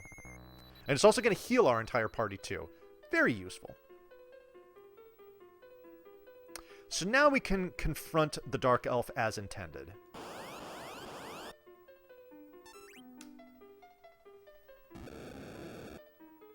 Alrighty. So we're going to attack with Cecil. I've already queued that up. Gonna wait with Yang here. We're gonna attack with Sid, and then Tella's gonna do him dirty. Thanks for getting us through that cave, Sid. Now eat this virus and die. Oh, perfect. Okay. So, at this point, Dark Elf will cast Weak. Seeing that Weak cast on Yang is absolutely perfect, because we are going to want him to die a little later on.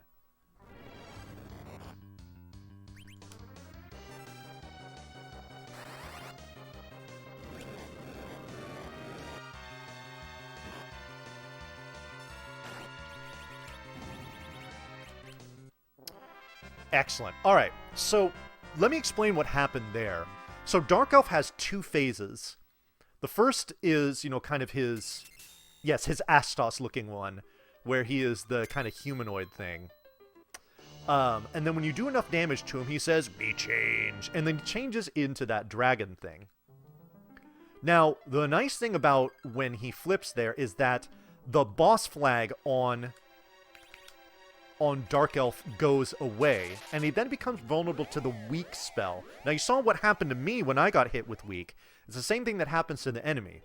If Weak procs, it reduces its target to a single-digit HP. It's random from 1 to 9.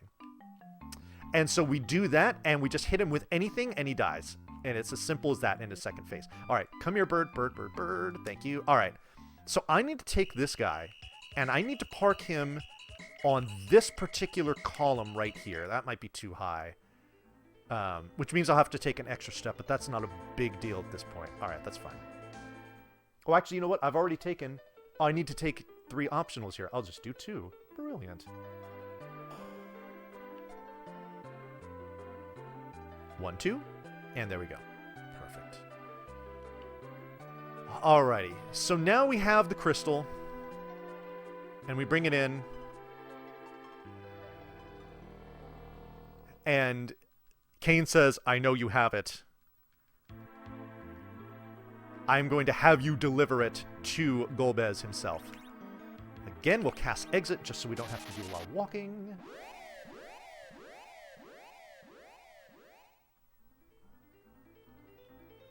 Alright, I'm going to go ahead and lay down a... Oops, no. Lay down safe right here.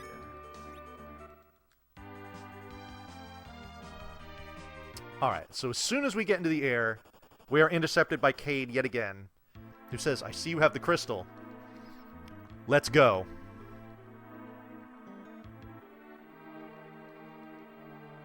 And so we do.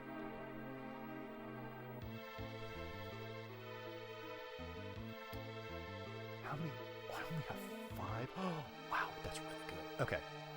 So here we are in the Tower of Zot. This is going to be the final place in the game where we're going to really get any kind of random encounters, which is nice because the encounters you can get into here can be very dangerous if you get hit with a surprise or a back attack. Fortunately, I'm only going to have 5, well, now only 4 more. Usually the average in here is about 8, so the fact that I have so few is great. Alright, so we need to make our way to the very top of this tower, but before we do, we're going to take a slight detour because we need to pick up a weapon, which is going to be really important. Oh, so what you saw there, that enemy targeted Yang, but Cecil took the damage instead. I'm going to explain that mechanic in just a second. But first, I got to do a couple things here.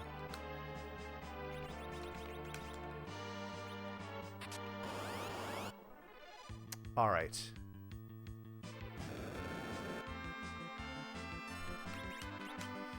Okay, good.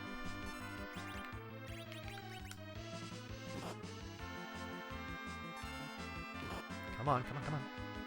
There we go.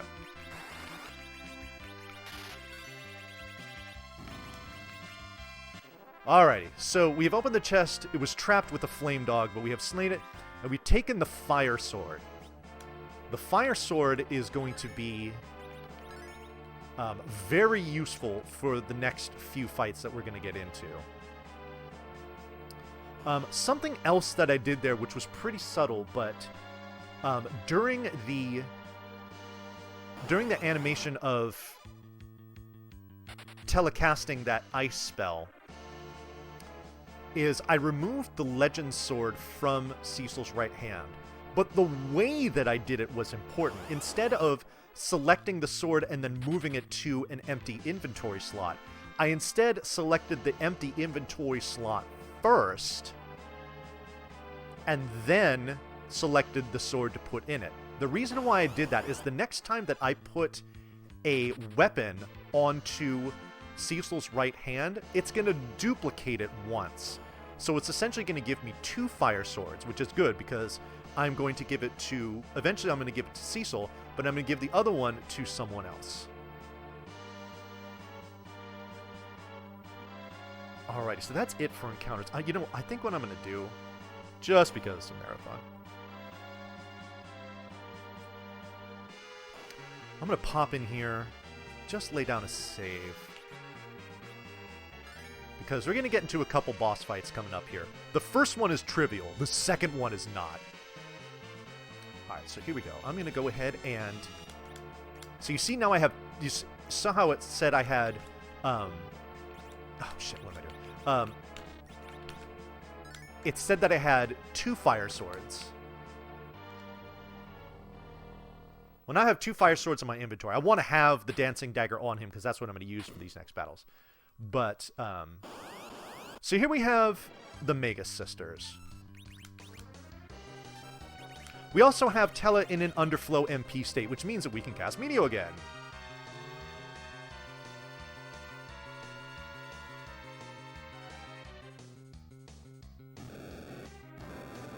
Okay, that's good that it targeted him. If it targeted Tella, then that I would have had to heal him, but fortunately I don't have to deal with that. That's what I'm going to do there.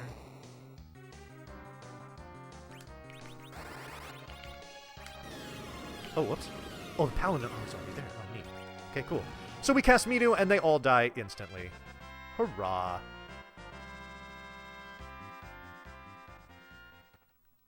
Good stuff. Alrighty, so now we can advance. And now we come face to face with Golbez. And Cain, too. So, Cecil wants to confront him, but Tella's like, oh, no, let me at him. I've been waiting for this moment here. I'm just going to unload all of my most powerful spells onto you, Mr. Golbez. But unfortunately... You're going to see here, Golbez is going to be rather unimpressed by this.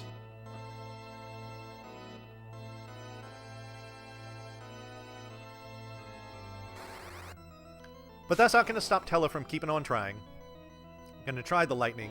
We're going to try the ice. This isn't working. But what about Meteo? He's like, I'm going to cast Meteo.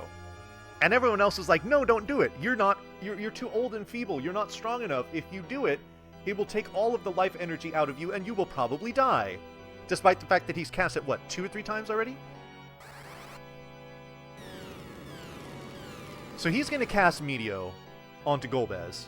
He's like, no way! And Golbez, as you can see here, seems rather defeated. He is going to crumble and die. Now, all of this is way too much for Kane to bear, so he's going to lie down and take a nap.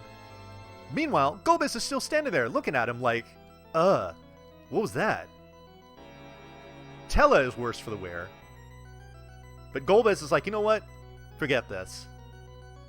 I'm just going to go ahead and just saunter on out of here. Bye. Oh, but first, here, have this lightning bolt, Cecil.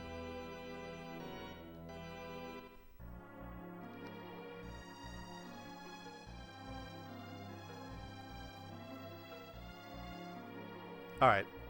Later, kids. Alrighty. So, what has happened here is that, unfortunately, Tella is about to expire. F's in chat for Tella, please. But what he was able to accomplish was by hitting Golbez with Meteo, he has broken the mind control that he had over Kane.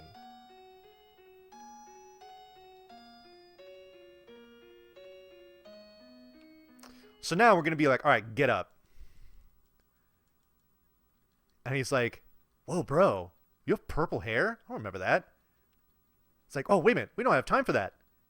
We need to save Rosa. And so we shall. And look, we're going to get in there just in time to free her before that big menacing ball would have squished her guts. Such heroes we are. Rosa's understandably very happy about this sequence of events, and she's going to give her man a big ol' smooch. Exactly, yes. Double Dragon rules. If you blink while you're lying down and then disappear, you are officially dead. Currently and forever deceased.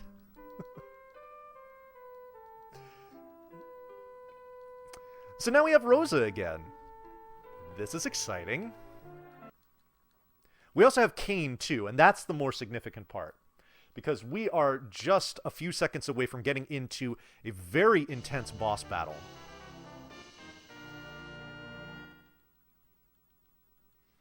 Very important menuing I have to do beforehand.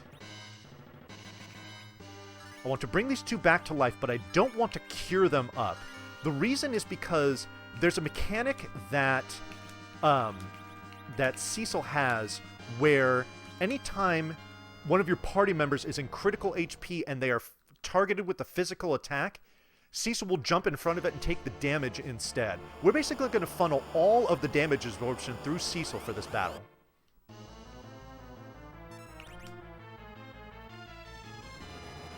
Hopefully. Please be nice. Okay, good. Okay, this battle's intense. I'm gonna kind of go quiet here.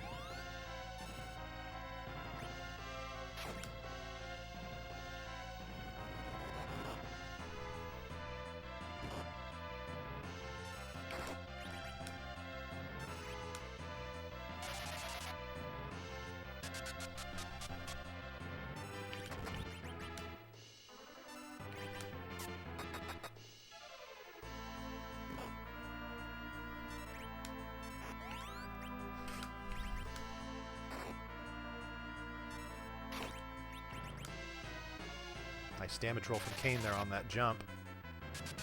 2 slows from Rosa. They do stack here.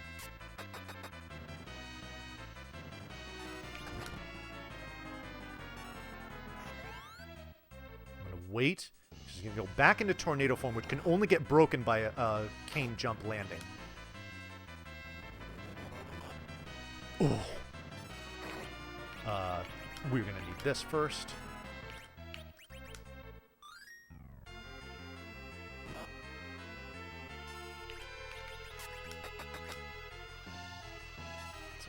process first. Actually, I can queue that up. That's fine.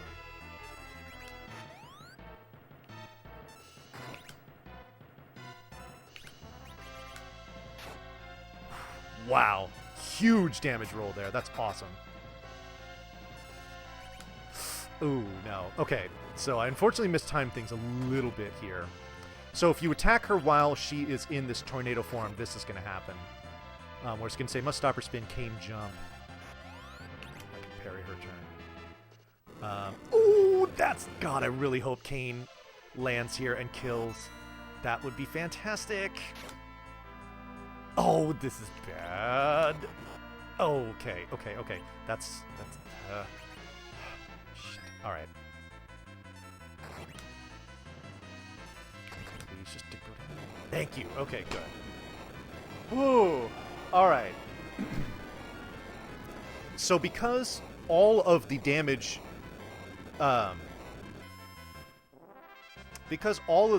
absorption goes through Cecil, having him with single-digit HP is really, really not good.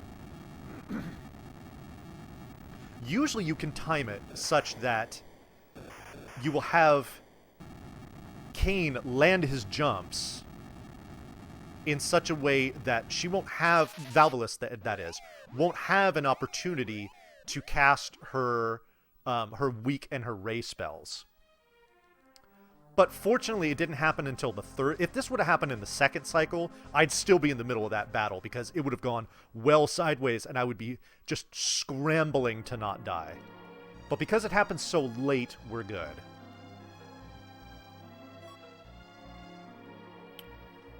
So there we go. So we have defeated Valvalus, or she's called Barbaricia in Dante's Inferno nomenclature. So, we have done that. We now have the magma key, which we are going to throw into a well.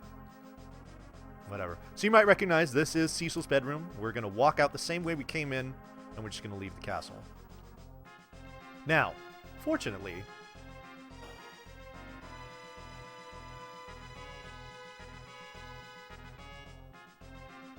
all we're going to do when we walk out is just pop into our airship, which is going to be right there, and we can fly it straight down.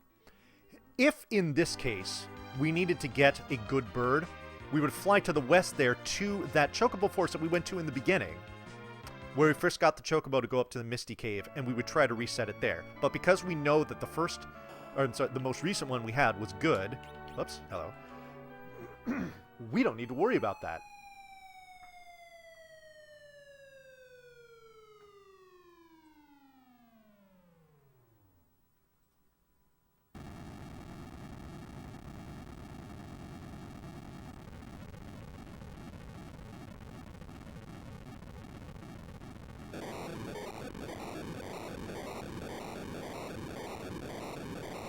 So we threw the magma key down that well, and it causes this mountain to explode. And in so doing, it has exposed the underworld to this planet we are currently on. So what we're going to do is we're going to hop into our airship. And we're going to drop on down. And we're going to fly around in here. We're going to see what's going on. Well, what's going to happen as soon as we get in here is we're going to get caught in a crossfire between the Red Wings and whoever it is that's in these tanks. Well, we find out soon enough that it is the Dwarven army. There is a Dwarven castle not too far from here.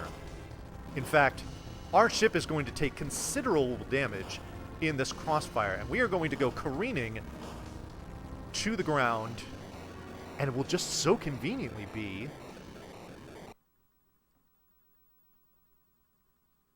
right next to this castle.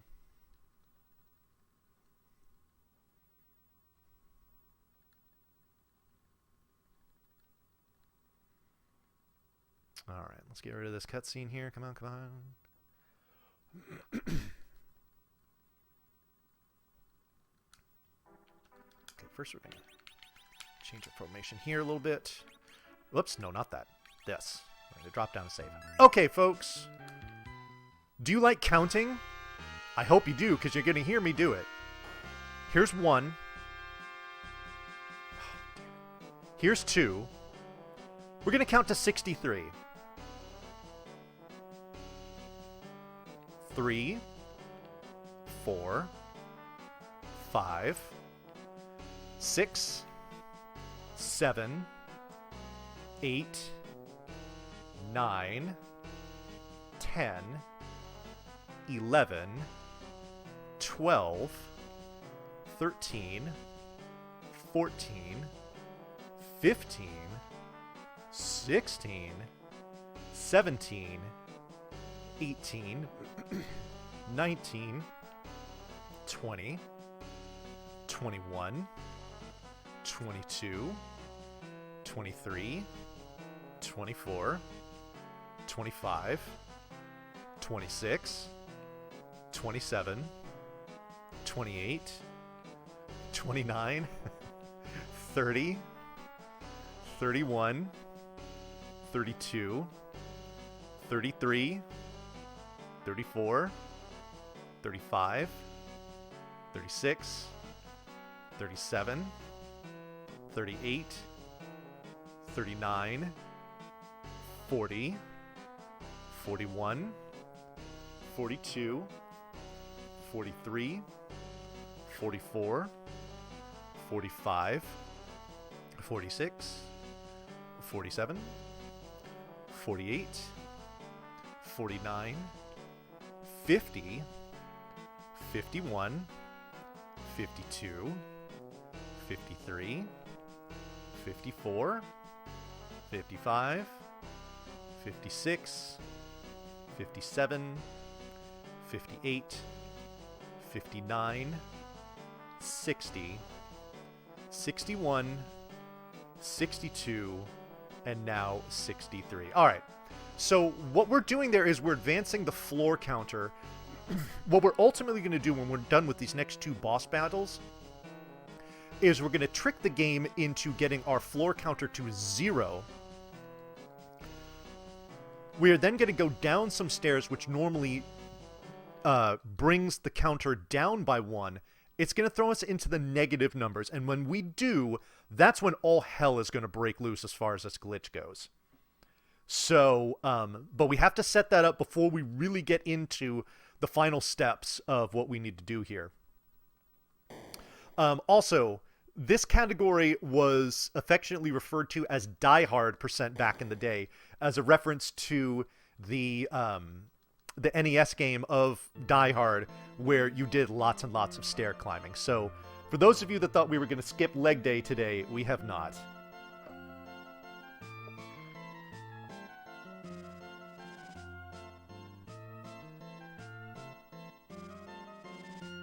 But first, we have to fight these dolls. This is possibly the most nerve-wracking fight of this run, so I will probably go quiet to concentrate on this too.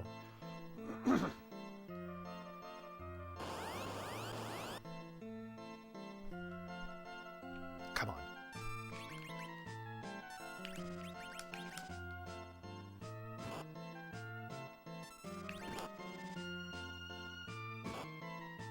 Just have to kind of wait to get here.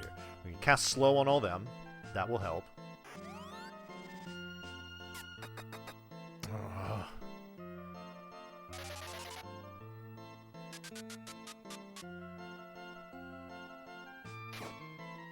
Okay.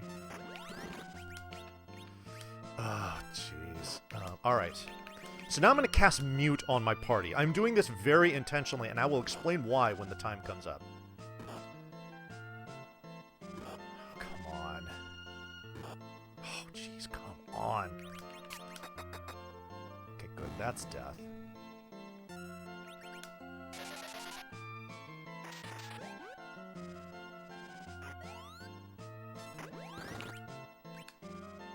Kills those 2.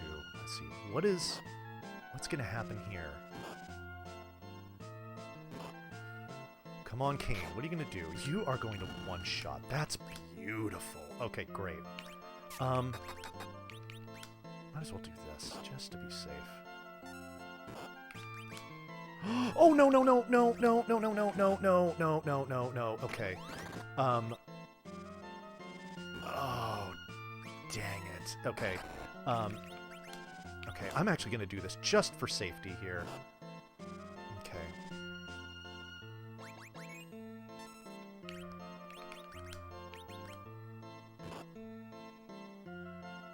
Okay, we should be fine here.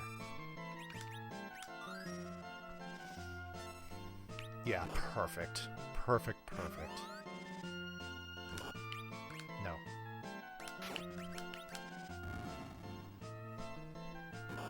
Come on. Come on, come on. Throw that dance. Yes. Excellent. Okay. Ooh, alright. Good. We got through that. So the gimmick with that battle is that you cannot leave one particular color of dolls, no matter how many there are, alive by themselves. Otherwise, it will transform into the big baby, and that is just... that's a complete nightmare. Alright, so now we fight Golbez. But we're going to cheese this a little bit. We're going to get Kane in the air before this happens. Oops, no. Oh, shoot. There we go. Oops, no. This is the 68, is not? Yeah, okay. Oops, no. Okay, so you saw how it said hold gas there and then nothing happened? I'll explain that in a second, but let me just do a couple more things here first. There we go. Let's see here. That all looks good. Double check the bottom here. Okay, that looks good too. Okay, so what's normally supposed to happen there is that Golbez, before you can do anything, hits you all with hold gas, which paralyzes you while he kills off all of your party members with the exception of Cecil. But by allowing Kane to get his jump off before that happens, and by having Cecil hit him with the with that fire sword attack there, we can kill Golbez before he really starts attacking us. This was made possible by the fact that we were in the muted status. There's a hierarchy of negative status effects that affect your character, and mute just happens to be higher on the ladder than paralysis. So when he casts that hold gas, it doesn't work. Which allows us to not only do the attack there with Cecil, to do the jump with Kane, but, well, the jump with Kane avoids death, actually. The hold gas allows us to not only attack with Cecil, but you saw me move a bunch of stuff around in my inventory, too. This is going to be important because the exact placement of those items is going to be crucial for what's about to come up here. Alright, so that Mist Dragon that came in, that was from Rydia. She's now back. She's also an adult. We killed Golbez before he could even get into the party, which is awesome. Alright, a couple things we need to do here. We need to change some customization settings. We're going to take that up, put that 3 ticks up, put this 1, 2, 3, 4 ticks up, and then we're going to cast the warp spell with Rydia. Alright, everyone. Here we go. Things are about to get crazy. But before they do, I'm just going to take one last look at my items here, just to be safe. Cure 13, Paladin, Cure, Fire Claw, that looks good. Ice Claw 57, Staff, yep. Okay, good. Alrighty, y'all ready? Hold on to your butts, because it's about to get real funky. We're going to walk out, and all of a sudden everything is tan. So we're just going to keep walking left, because I have no idea what's going on here. And now we're not even walking. Sounds like we're falling. There's Sid's music. In a room with all these mages. Let's take one step down here, and then just move to the left. And then, oh, here we are at the sealed cave. Okay. This is fun. Well, here's what's going on. Because we have that dark crystal, we're actually triggering the cutscene here, where Kane betrays us again by taking the dark crystal and then leaving our party. Oh, by the way, there's Edge, too. Say hello to Edge. He's that ninja there above Cecil. Now, this was actually really important, and I'll explain why in a minute. But if we're going to walk up here, we're back in Tanland. We'll just walk left in Tanland. That seems like a good idea. We'll get somewhere eventually. Okay, we're just kind of... Oh, we're falling again. Alright. Back into this mage room, we're just going to walk up. Okay, we didn't get pushed there, so let's go up again. Let's go up. And then left. And then up. And then we're just going to go left for a really long time. So the reason why we wanted to trigger that cutscene where Cain betrayed us again and took the crystal is because he has now vacated a spot in my party, which I'm going to fill with an extremely important party member. But we're just going to keep walking left. Eventually, we'll get somewhere, right? If you just keep walking in a given direction, no matter where you are, you just keep walking and walking and walking and walking, eventually you'll get to, you know, somewhere, who knows. It's all very tan, though. Just tan forever. Oh, wait, that's different. So is this. We're in this, like, lunar palace. This is cool.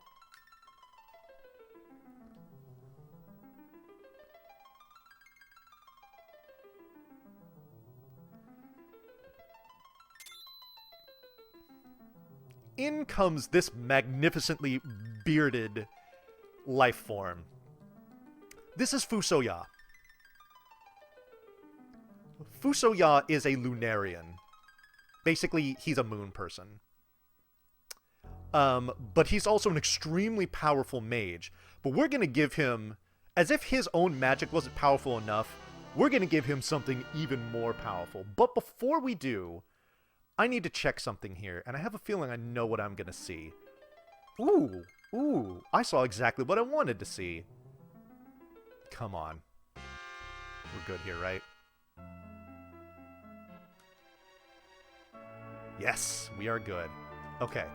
Now I need to do a couple of things here in... Okay, let's see here. Life goes down here. What goes here? Mute? Right, yeah, okay. I just want to make sure I get this right. This is really important. Life, mute, slow. Yes, okay. And then we switch these two, and these two, and then we back up. And then we come to our customization here, and we bring this down. And we're good. All right. Now we're back in Tanland. We're just going to keep walking left. All that stuff that I was switching around, you'll see. It has importance, I'm sure. But we're just going to keep walking left. And left, and left, and left. And all of a sudden, we're not walking anymore. We're just going to keep getting forced through all of this garbage.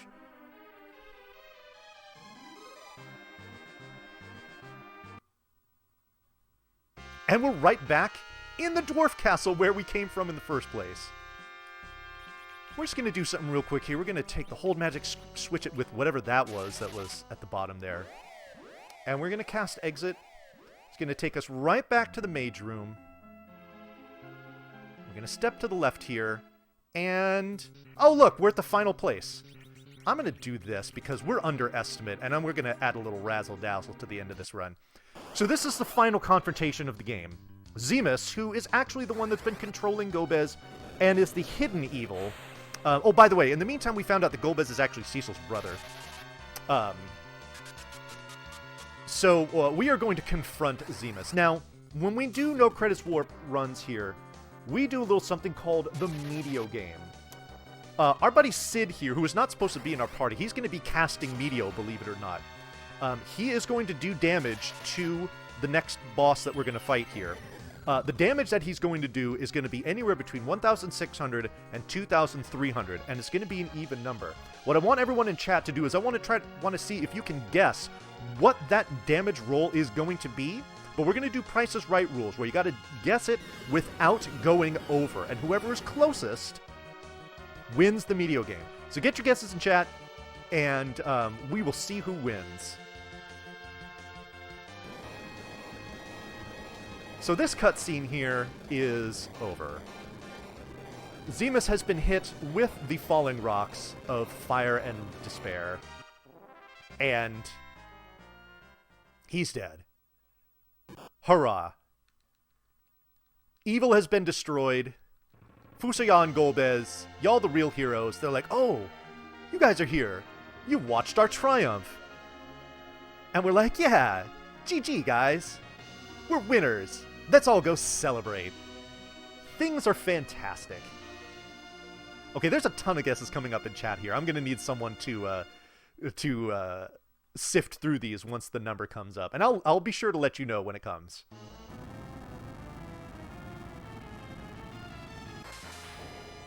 Alright, well, apparently Zemus is really upset. And he's like, no, you haven't defeated me yet, because I'm not Zemus, I'm Zeromus. So we're going to try and hit him with some Meteor again. Golbez is going to go first. He's going to do a whole bunch. But it's actually going to heal him. This is the number we're looking for. Sid's going to cast Meteor. Why is he casting Meteor? He's doing 1,618 damage. That is extremely low. So whoever was closest to 1,618 without going over, congratulations, you are the winner of the Meteor game. And your prize is that I got to tell you that you won the Meteor game. So whoever it is, figure out who it is. I will be sure to call them out and recognize them properly.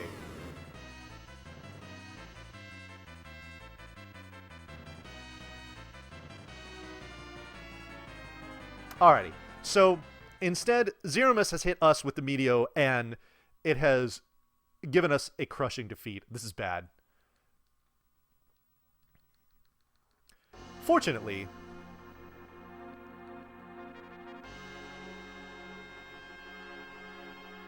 all of our friends here, Yang, Edward, Sid, Palom, Porum, they're all back. They're all perfectly fine, and they are going to pray.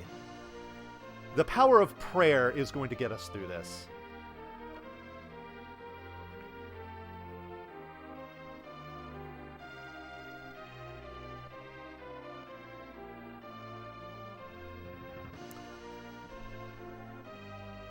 Is it, if I'm reading that, Coilthog, if I'm reading that correctly, with a guess of 1,600, if that was the closest one. Coilthog, congratulations! You are the winner of the Meteor game here for SNES Super Stars. Alright, so here we go. We're going to confront Zeromus. But we're going to try to run away because this is way too scary. Everyone's dead except for Cecil, who has 1 HP. This is bad. But the prayers are going to revive us. Yo! Quilto, there you go. There's your there's your prize, the gift sub. That's awesome. What's happening is that their prayers are going to revive us, give us an HP, MP refill, and whatnot. But the reason why we're running is because, and I'll show you here real quick, you see those sweat beads that are popping up over their heads because they're in critical status? That, in combination with the moving background behind us right now, causes lag. So by running, we don't have that sweat bead animation. Doing it throughout this entire cutscene probably saves us about 12 or so seconds. Thank you, Angry Sun. That is very generous of you. I am glad that you have given our winner a prize of actual substance. Alrighty. For those of you who know what Zeromus is all about, he can hit us with a big bang attack that does like well over 1,000 damage. As you can see, that's going to wipe out everyone except for maybe Fusoya here. So what are we going to do? Well, what we're going to do... What I'm going to do right here, eventually, as soon as this can't run goes away, is I am going to use the crystal. What this is going to do is it's going to turn Zeromus into its final form. But in order to complete this run, this is unnecessary. I'm just doing this for fun. What is necessary is what I've just done here with Fusoya,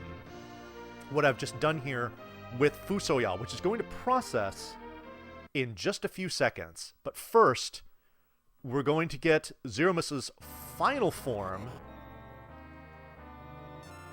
Here comes reaction. Fusoya explodes, and time.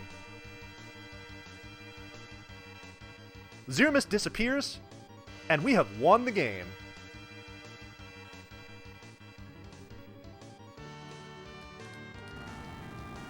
So, there we go. For over the course of just over 2 hours, and for over 2,200 SpeedGaming fans and viewers, we have gotten through Final Fantasy IV and beaten the game. Fusoya, your thoughts? Well done. So let me explain what happened there. The reason why I rearranged the magic in Fusoya's spell menus. Yo, everyone, thank you very much for the GGs. I do appreciate it. So what I did was, in rearranging that magic, I did it in a certain way such that when you get back to the dwarf castle and you walk through those steps, it corrupts his magic menu. And it does, because of the way, the position where his spells were, it does it in such a way that it gives Fusoya, at least how it appears in his magic menu, an ability or an enemy skill called Uptko, which is actually the combination of two enemy skills as far as the name goes. It's the back half of Corrupt and the first part of Cold Mist. But in application, when you really use it, it is an enemy skill called Reaction. Now, what Reaction does is, first of all, it self-destructs the user, and then its target, the way that it processes is it flips the target's flag from being alive to dead. It doesn't do damage. It doesn't do anything like that. It's essentially just target just disappears. Now, it was never intended for the players or for the, for the people that were playing to have this ability. As a result, the programmers of this game never took into consideration that they should have any enemies, including bosses, including the final boss, to have any sort of protection or mitigation for this ability. So this instant death attack works on even the final boss of the game. And that is how, despite the fact that we are severely underleveled going into that fight, we can just see that the form where it's kind of that thing with the blue hair before I use the crystal. It will not do any damage to you in that phase. It will just sit there and shake. What's supposed to happen there is you use the crystal on it to take it into its final form, and then that's when the quote-unquote real fight begins. You can actually use Uptko on that form of Zeromus and win the game there. But because we were underestimate, I figured it would be cool to use the crystal so that we can get it into its actual final form. And so you can see, it doesn't matter that way. I mean, obviously, it takes a little more time, but like I said, I had the time, so I thought I would do it. So, alrighty. Well, I tell you what, folks, that is Final Fantasy IV, the 80% no credits warp run, done in, wow, not a lot over 2 hours. That's especially for a marathon, that was a really, really good run. And I hope that you enjoyed it. If you enjoyed the run, if you enjoyed my commentary, a combination of those things, please do give me a follow. I would greatly appreciate it. I play, RPGs, retro stuff, heavily glitched runs on my channel all the time. So if this is particular content that you folks enjoyed, I would love to see any and all of you on my own channel doing stuff that is very similar to this all the time. So thank you so much for watching. Coming up next is something. I actually don't know what's next, so I can't really prop it up. But I'm sure it's going to be awesome because it's going to be a Super Nintendo speedrun, and obviously you're here to see that, and it's going to be fantastic no matter what. So